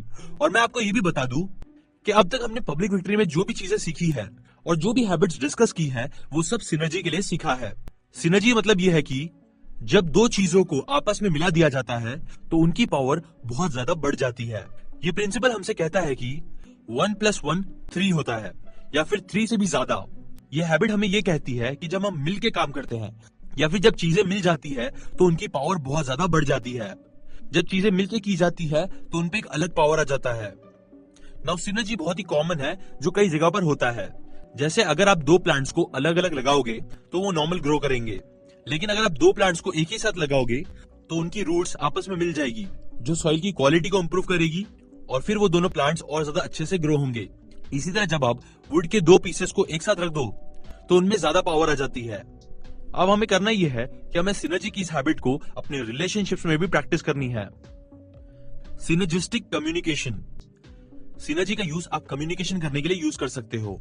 बहुत से लोग जब कम्युनिकेट करते हैं तो वो डिफेंसिव होते हैं, वो दूसरों पर ट्रस्ट नहीं करते और अगर आप भी इसी तरह कम्युनिकेट करोगे तो वो कम्युनिकेशन कभी भी सिनर्जेटिक नहीं होगा। बहुत से लोग कभी भी अपनी लाइफ में सिनर्जी को एक्सपीरियंस नहीं करते और इसलिए ही वो कभी अपने फुल पोटेंशियल तक नहीं पहुंच पाते। आप भी जब कम्युनिकेट करो तो आपको चाहिए कि आप ओपनली सबसे बात करो, उन पर ट्रस्ट करो और जब आपकी कम्युनिकेशन सिनर्जेटिक होगी तो इससे आपको एक्साइटमेंट भी फील होगी, आप सिक्योर फील करोगे और आप अपनी कम्युनिकेशन की क्वालिटी को बहुत बढ़ा दोगे। सिनर्जी इन द क्लासरूम, अगर आप टीचर हैं तो आप सिनर्जी क्लासरूम में भी यूज कर सकते हो। जैसे ऑथर ने अपनी खुद के एग्जांपल से शेयर किया है। एक बार ऑथर एक यूनिवर्सिटी की क्लास को लीडरशिप के बारे में सिखा रहे थे और उस क्लास में जो डिस्कशंस होते थे उनमें स्टूडेंट्स ने बहुत एक्टिवली पार्टिसिपेट करना शुरू किया और वो सब अपने अपने एक्सपीरियंस शेयर करते थे। वो क्लास में डिफरेंट आइडियाज को डिस्कस करते, अपने सेल्फ डाउट्स बताते, कंसर्न्स बताते, डिफरेंट चीजों पे डिस्कशन करते और क्लास की एक्साइटमेंट बहुत ज्यादा बढ़ जाती थी। इवन उन्होंने उन क्लासेस में इतना सीखा कि उन्होंने डिसाइड किया कि वो लोग खुद से भी एक बुक लिखेंगे। ये भी जरूरी है कि जब आप इस तरह की कम्युनिकेशन करो तो आप बिल्कुल सच्चे रहो, स्पेशली जब आप पर्सनल एक्सपीरियंस की बात करो तो बिल्कुल सच्चाई से दूसरों को बताओ। इससे लोगों का आप पे ट्रस्ट बढ़ेगा और सिनर्जी क्रिएट भी होगी। सिनर्जी इन बिजनेस, सिनर्जी का यूज बिजनेस में भी हो सकता है। जैसे ऑथर यहाँ एक एग्जांपल शेयर करते हैं। एक बार ऑथर की और उनके एम्प्लॉयज की मीटिंग हुई जहां वो अपनी कंपनी का मिशन स्टेटमेंट तैयार कर रहे थे। शुरू में तो उनकी मीटिंग थोड़ी स्लो थी और सब लोग आपस में काफी फॉर्मली बात करते थे, लेकिन जैसे जैसे उनकी मीटिंग आगे बढ़ी उनके एम्प्लॉयज थोड़ा खुल के बात करने लगे और अपने आइडियाज ओपनली शेयर करने लगे और उनकी एक फॉर्मल मीटिंग सिनर्जेटिक मीटिंग बन गई। और वो मीटिंग करने से उन्हें कई सारे डिफरेंट आइडियाज आए और उनकी मीटिंग बहुत सक्सेसफुल रही। आप जब भी इस तरह की सिनर्जेटिक कम्युनिकेशन करें तो आपने ये ख्याल रखना है कि सारे लोग उसमें पार्ट ले, एक दूसरे पर ट्रस्ट करे, उनकी रिस्पेक्ट करे और वो काम मिलके करे। Synergy and communication, world war 2 के बाद डेविड लिलियंथल जो कि एटॉमिक एनर्जी कमीशन के हेड थे, उन्होंने एक टीम हायर की और उस टीम में कुछ बहुत ही इंटेलिजेंट लोग थे और उन सारे लोगों का एक ही एजेंडा था।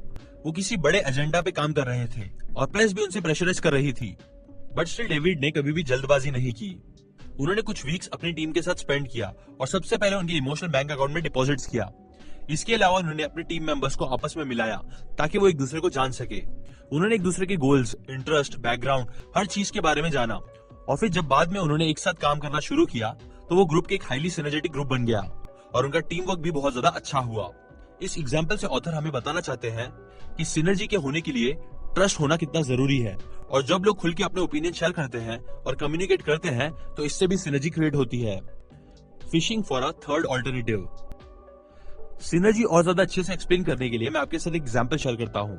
मान लो एक हस्बैंड और वाइफ है जिनके बीच में इतनी सिनर्जी नहीं है। अब कुछ ही टाइम में वेकेशन आने वाला है और हस्बैंड चाहता है कि वो अपनी पूरी फैमिली को कंट्री लेके जाए जहां वो फिशिंग और कैंपिंग करे, जबकि उनकी वाइफ चाहती है कि इस वेकेशन में वो अपनी मदर के पास जाए जिनकी हेल्थ अभी ठीक नहीं है। अब वो दोनों डिफरेंट चीजें चाहते हैं और उनके बीच जो डिस्कशन होगा वो कुछ ऐसा होगा। हस्बैंड कहेगा सारे प्लान सेट है, हमारे बच्चे भी इतने एक्साइटेड हैं, हमें फिशिंग ट्रिप पे जाना ही चाहिए। वाइफ कहेगी लेकिन मुझे नहीं पता मेरी मदर कब तक सही होंगी, इसीलिए मैं उनसे मिलना चाहती हूँ।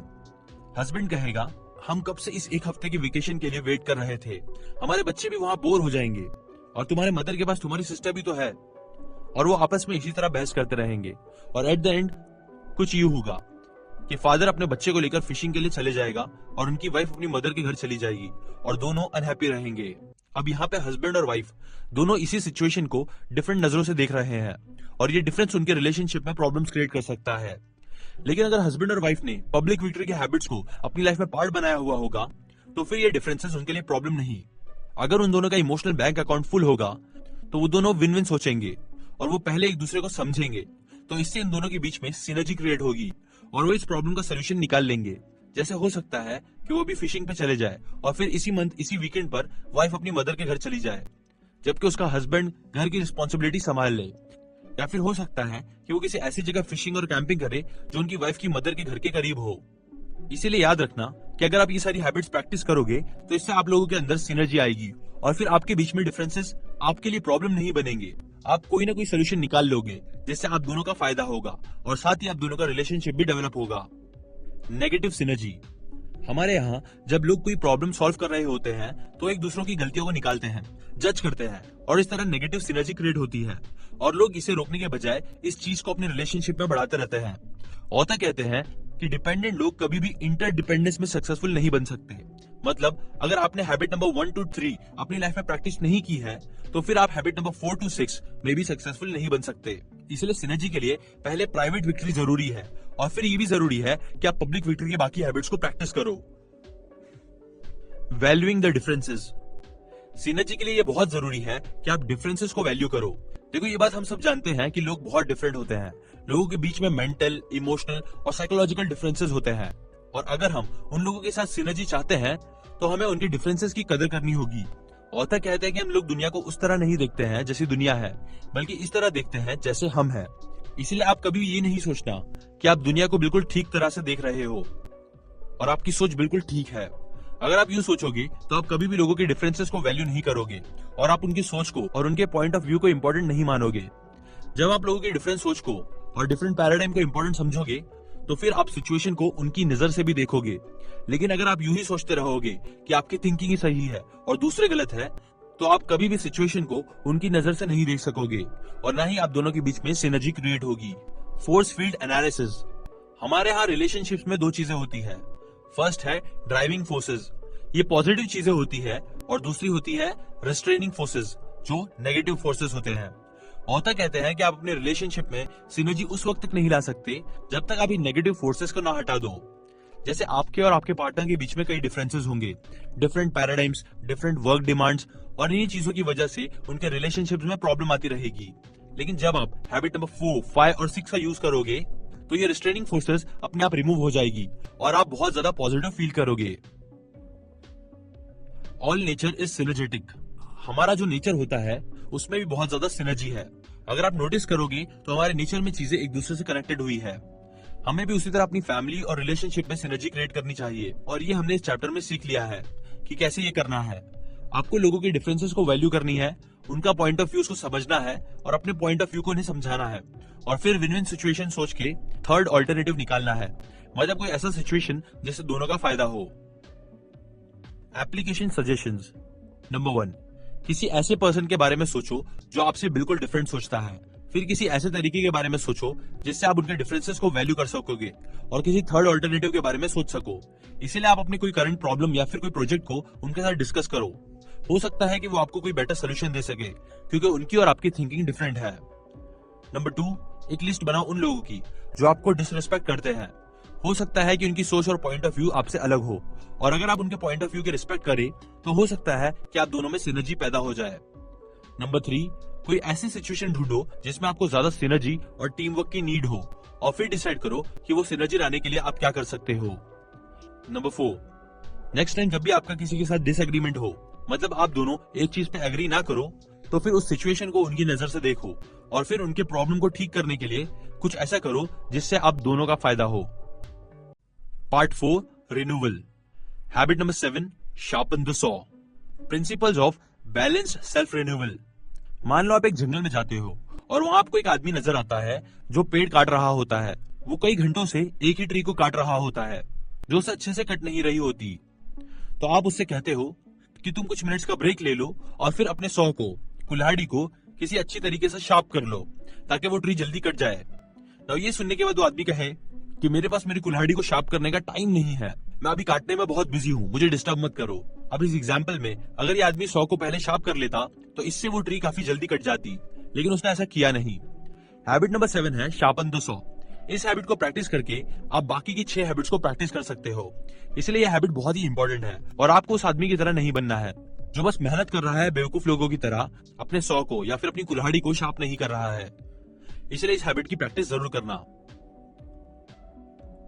4 dimensions of renewal. Habit number 7 PC पे काम करती है। मतलब हैबिट 7 को जब हम प्रैक्टिस करते हैं तो इससे हम अपने आप को डेवलप करते हैं। इस हैबिट की हेल्प से आप अपनी लाइफ के 4 इंपॉर्टेंट एरियाज को डेवलप करोगे: फिजिकल, स्पिरिचुअल, मेंटल और social. Sharpen the saw basically मतलब है कि आप इन 4 एरियाज पर डेली काम करो, और वो भी एक बैलेंस्ड वे में। जब आप इस हैबिट को प्रैक्टिस करोगे तो एक बहुत ही बड़ी इन्वेस्टमेंट होगी, क्योंकि इस हैबिट को प्रैक्टिस करके आप खुद को डेवलप करोगे, और जब आप खुद को इंप्रूव करोगे तो आपकी परफॉर्मेंस और इफेक्टिवनेस बढ़ेगी। Physical dimension. सबसे पहला एरिया है फिजिकल डायमेंशन। इसमें आपने अपनी फिजिकल बॉडी की केयर करनी है, मतलब अच्छा हेल्दी खाना खाना, डेली एक्सरसाइज करना, डेली इनफ रेस्ट भी लेना। एक्सरसाइज एक क्वाड्रेंट 2 की एक्सरसाइज है। ये इंपॉर्टेंट तो है बट अर्जेंट नहीं है, और इसीलिए ही मैक्सिमम लोग इस पे काम नहीं करते। और फिर एक हमारे साथ वक्त आता है जब हेल्थ इश्यूज चालू हो जाते हैं, और फिर ये एक क्वाड्रेंट 1 की एक्टिविटी बन जाती है। अब एक्सरसाइज के लिए आपको सिर्फ पूरी वीक में 3 से 6 घंटे चाहिए, या फिर डेली आप 30 मिनट्स भी एक्सरसाइज कर सकते हो। इसके लिए आपको किसी इक्विपमेंट की भी नीड नहीं है। अगर आप चाहते हो तो आप जिम जाके भी वो कर सकते हो, या फिर किसी स्पोर्ट्स में पार्ट ले सकते हो, लेकिन वो एडिशनल चीज है। अगर आप बेसिक लेवल पर घर पे एक्सरसाइज करना चाहते हो तो उसके लिए आपको किसी इक्विपमेंट की जरूरत नहीं पड़ेगी। एक अच्छा एक्सरसाइज प्रोग्राम वो है जो आप अपने घर पे कर सको और जो इन 3 एरियाज पे काम करे। फर्स्ट है एंड्योरेंस, और इसके लिए आपको कार्डियोवैस्कुलर एक्सरसाइज करनी होगी, जिससे आपकी हार्ट की हेल्थ अच्छी होगी, आपकी पूरी बॉडी में ब्लड अच्छे से फैलेगा। इसके लिए आप फास्ट वॉकिंग कर सकते हो, रनिंग कर सकते हो, बाइकिंग, स्विमिंग, जॉगिंग कुछ भी कर सकते हो। अब ये भी बहुत जरूरी है कि आप अपने हार्ट रेट का ध्यान रखो। अगर आप 220 को अपनी एज से माइनस करोगे तो आपको अपना मैक्सिमम हार्ट रेट पता चल जाएगा, और आपको अपने मैक्सिमम हार्ट रेट के 60% तक पहुंचना चाहिए। जैसे अगर आप 40 इयर्स के हैं तो आपका मैक्सिमम हार्ट रेट होगा 180, और जब आप एक्सरसाइज करोगे तो आपको चाहिए कि आप अपना हार्ट रेट 108 तक लेके जाओ। सेकंड चीज है फ्लेक्सिबिलिटी। फ्लेक्सिबिलिटी के लिए आपको स्ट्रेचिंग करनी होगी। एक्सपर्ट रिकमेंड करते हैं कि आप एक्सरसाइज से पहले वार्म अप करो और एक्सरसाइज के बाद स्ट्रेचिंग। थर्ड एरिया है स्ट्रेंथ। इसके लिए आप वेट लिफ्टिंग भी कर सकते हो। अगर आप चाहो तो सिंपल बॉडी वेट एक्सरसाइज भी कर सकते हो, जैसे pushups, sit-ups, pullups etcetera etcetera. अब जब आप अपने एक्सरसाइज प्रोग्राम बनाओगे तो आपको बहुत जल्दबाजी नहीं करनी है। जिन लोगों ने कभी एक्सरसाइज नहीं की है वो बहुत जल्दबाजी करते हैं, जिससे फिर उन्हें कई बार इंजरीज होती है। बेस्ट ये है कि आप स्लोली स्टार्ट करो। ये भी जरूरी है कि एक एक्सरसाइज प्रोग्राम लेटेस्ट रिसर्च से हो, और आपका जो डॉक्टर का रिकमेंडेशन है वो भी उससे मैच होना चाहिए। स्टार्ट में आपको एक्सरसाइज करने में मजा नहीं आएगा, लेकिन आपको प्रोडक्टिव बनना होगा तो उसे करना होगा। एक्सरसाइज से आपको बहुत ज्यादा फायदे होंगे। आपका जो हार्ट और ऑक्सीजन प्रोसेसिंग सिस्टम है वो अच्छा होगा। इसके अलावा आपके अंदर ज्यादा एनर्जी होगी, लेकिन इससे जो सबसे बड़ा फायदा होगा वो ये है कि इससे आपकी हैबिट 1 डेवलप होगी। एक्सरसाइज एक ऐसी चीज है जो आप अपनी मर्जी से करते हो, और जब आप एक्सरसाइज करोगे तो फिर आप उन चीजों पर रिएक्ट नहीं करोगे जो आपको एक्सरसाइज से रोकती है। इसलिए याद रखना कि एक्सरसाइज बहुत इंपॉर्टेंट है, बिकॉज इससे आपकी प्रोएक्टिविटी के मसल्स डेवलप होते हैं। The spiritual dimension. जब आप स्पिरिचुअल डायमेंशन पे काम करोगे तो उससे आपकी लाइफ को लीडरशिप मिलेगी, और उससे हैबिट नंबर 2 रिन्यू होगी। स्पिरिचुअल डायमेंशन मतलब ये है कि आप अपनी लाइफ के मीनिंग को फाइंड करो और आप अपनी स्पिरिचुअल डेवलपमेंट करो। नाउ लोग इसे कई सारे डिफरेंट वेज में करते हैं। जैसे ऑथर डेली मेडिटेट करते हैं, रीडिंग करते हैं, और जब ऑथर ये करते हैं तो अच्छा फील करते हैं, स्ट्रांग फील करते हैं। मिशन स्टेटमेंट भी इसीलिए इतने जरूरी होते हैं ताकि लोग उसे बनाकर अपनी वैल्यूज के बारे में जान सके और फिर हर दिन उन वैल्यूज के अकॉर्डिंग गुजारे। थर्ड है मेंटल डायमेंशन, मतलब आप मेंटली अपने आप को डेवलप करो। मोस्टली लोग स्कूल से निकलने के बाद रीडिंग और राइटिंग छोड़ देते हैं और बस अपने घर में टीवी के सामने बैठे रहते हैं। सर्वे से ये भी पता चला है कि एक एवरेज घर में 35 से 45 आवर्स टीवी देखी जाती है। इसलिए आपको टीवी का टाइम थोड़ा कम करना चाहिए। अगर आप चाहें तो टीवी पे एजुकेशनल प्रोग्राम देख सकते हो, या फिर चाहे तो रीडिंग कर सकते हो, राइटिंग कर सकते हो, या फिर अगर आप किसी चीज की प्लानिंग करोगे तो उसे भी आप मेंटली डेवलप करोगे। जब आप मेंटल डायमेंशन पे काम करोगे तो इससे हैबिट नंबर 2 और 3 दोनों प्रैक्टिस होगी, क्योंकि जब आप ऑर्गेनाइजिंग और प्लानिंग करोगे तो यह हैबिट नंबर 2 की प्रैक्टिस है और ये क्वाड्रेंट 2 की एक्टिविटी है, इसलिए इसमें हैबिट 3 भी आ जाएगी। न एक और चीज है, टीवी से ज्यादा आजकल सोशल मीडिया बहुत ज्यादा इंपैक्ट कर रहा है, लोगों का टाइम कंज्यूम कर रहा है और टीवी का टाइम कम होते जा रहा है। इसलिए ये भी जरूरी है कि आप सोशल मीडिया का यूज अच्छे कामों के लिए करो, ना कि बस अपना टाइम वेस्ट करो उस पे। आप सोशल मीडिया के हेल्प से नई नई चीजें सीखो, बुक से रिलेटेड, मेंटर से रिलेटेड बातें सीखो। ये सब आपको बहुत ज्यादा हेल्प करेगा, आपके मेंटल डायमेंशन को बहुत ज्यादा बढ़ाएगा। द सोशल इमोशनल डायमेंशन, जो पहले के 3 डायमेंशन है उसमें तो आपकी हैबिट नंबर 1 to 3 प्रैक्टिस हो जाएगी, लेकिन हैबिट नंबर 4 to 6 को प्रैक्टिस करने के लिए आपको सोशल डायमेंशन पर काम करना होगा। आपकी इमोशनल लाइफ आपके रिलेशनशिप से कनेक्टेड होती है, इसीलिए ऑथर ने सोशल और इमोशनल लाइफ को एक साथ लिखा है। इसमें आपको करना यह है कि आपको बस अपने डेली रिलेशनशिप्स पे हैबिट नंबर 4 to 6 को प्रैक्टिस करना है। जैसे मान लो आपका कोई बहुत ही बड़ा इंपॉर्टेंट रिलेशनशिप है, जैसे आपका पार्टनर या फिर आपका कोई कोवर्कर है जिसके साथ आप कम्युनिकेट करना चाहते हो और किसी प्रॉब्लम को सॉल्व करना चाहते हो। अब आप और वो दूसरा पर्सन दोनों सिचुएशन को डिफरेंट नजरों से देखेगा। वो कुछ और देखता होगा, सोचता होगा, और आप कुछ और। अब सबसे पहले आप हैबिट 4 को प्रैक्टिस करोगे। आप उससे कहोगे, भले ही हम दोनों की सिचुएशन को डिफरेंट एंगल से देखें, लेकिन हम मिलकर कोई ऐसा सोल्यूशन निकालेंगे जिससे हम दोनों का फायदा हो। फिर आप हैबिट नंबर 5 को प्रैक्टिस करोगे और उनके पॉइंट ऑफ व्यू को समझोगे। फिर इसके बाद अपने पॉइंट ऑफ व्यू को भी उन्हें समझाओगे। फिर इसके बाद आप हैबिट नंबर 6 पे मूव करोगे और मिलकर काम करोगे और कोई ऐसा सोल्यूशन निकालोगे जिससे आप दोनों का फायदा हो। जब आप डेली इसी तरह इंटरैक्ट करोगे तो आपका सोशल डायमेंशन डेवलप होगा और साथ ही आप पब्लिक विक्ट्री की हैबिट्स को भी प्रैक्टिस करोगे। स्क्रिप्टिंग अदर्स, ये बात तो हमें पता है कि आज हमारे जो पैराडाइम्स है, हमारी जो सोच है, वो दूसरे लोगों की वजह से है। और सिर्फ हम ही नहीं बल्कि सोसाइटी में जितने भी लोग हैं वो सब इसी तरह प्रोग्राम्ड है। उनके जो पैराडाइम्स है, जो ओपिनियंस है, वो दूसरे लोगों की और एक्सपीरियंसेस की वजह से है, ना कि उनकी खुद की। आपके साथ कभी ऐसा हुआ होगा कि आप इतने ज्यादा डिस्करेज हो गए होंगे कि आपका अपने आप पर बिलीव ही खत्म हो गया होगा, लेकिन फिर किसी और इंसान ने आपकी हेल्प की होगी, आपको एनकरेज किया होगा और फिर से आप अपने ऊपर बिलीव करने लगे होंगे। ऑथर हमें यहाँ कह रहे हैं कि हमें भी ऐसा ही करना चाहिए। हमें दूसरे लोगों की हेल्प करनी चाहिए, उन्हें प्रोएक्टिव बनाने के लिए हेल्प करना चाहिए, उन्हें एनकरेज करना चाहिए, क्योंकि ये चीज फिर कहीं ना कहीं हमें भी हेल्प करेगी। बैलेंस इन रिन्यूअल, जब आप इन 4 एरियाज पे काम करते हो तो ये भी बहुत जरूरी है कि आप सारे एरियाज पे बैलेंस के साथ काम करें। अगर आप किसी एक एरिया को भी इग्नोर करोगे तो इससे बाकी के सारे एरियाज पर नेगेटिव इंपैक्ट पड़ सकता है। जैसे एक ऑर्गेनाइजेशन में फिजिकल डायमेंशन होता है पैसा, मेंटल डायमेंशन होगा अपने लोगों को डेवलप करना, और सोशल डायमेंशन मतलब उनकी ऑर्गेनाइजेशन के रिलेशनशिप्स। अब बहुत सी ऑर्गेनाइजेशन में ऐसा होता है जो सिर्फ पैसा कमाने पर फोकस करते हैं और बाकी एरियाज पे ध्यान नहीं देते, जिसकी वजह से उनके ऑर्गेनाइजेशन में रिलेशनशिप्स डेवलप नहीं होते और नेगेटिव सिनर्जी क्रिएट होती है। इसके अलावा ऐसा भी ऑर्गेनाइजेशन होते हैं जो सिर्फ सोशल डायमेंशन पे ध्यान देती है, लेकिन फिजिकल डायमेंशन मतलब पैसे कमाने पे इतना ध्यान नहीं देते, जिसकी वजह से मार्केट प्लेस में उनका नाम खराब होता है। इसलिए याद रखना कि आपने अपनी लाइफ में चारों एरियाज को बैलेंस रखना है और सब पे काम करना है। सिनर्जी इन रिन्यूअल, ऑथर ने यहाँ पे ये भी कहा है कि अगर आप किसी एक डायमेंशन पे भी काम करोगे तो उससे बाकी डायमेंशंस पर पॉजिटिव इंपैक्ट होगा, क्योंकि इस बुक में जितनी भी हैबिट्स हमने डिस्कस की है वो सब एक दूसरे से रिलेटेड है। जैसे आप जितना ज्यादा हैबिट को प्रैक्टिस करोगे और प्रोएक्टिव बनोगे, आप उतने ही अच्छे से फिर हैबिट नंबर 2 और 3 को प्रैक्टिस कर सकते हो। इसी तरह जब आप दूसरों को समझने की कोशिश करोगे तो इससे आप win win situation find out करोगे और आप लोगों के बीच में सिनर्जी भी क्रिएट होगी। इसीलिए याद रखना कि ये सारे हैबिट्स और डायमेंशंस एक दूसरे से रिलेटेड है और किसी पे भी अगर आप काम करेंगे तो सारे एरियाज को फायदा होगा ही होगा। द अपवर्ड स्पाइरल, इस हैबिट के एंड में ऑथर कॉन्शियंस की बात करते हैं। ये हम ह्यूमंस के अंदर एक एबिलिटी होती है जिससे हमें सही और गलत का डिफरेंस पता चलता है। हमें पता चलता है कि क्या सही है और क्या गलत।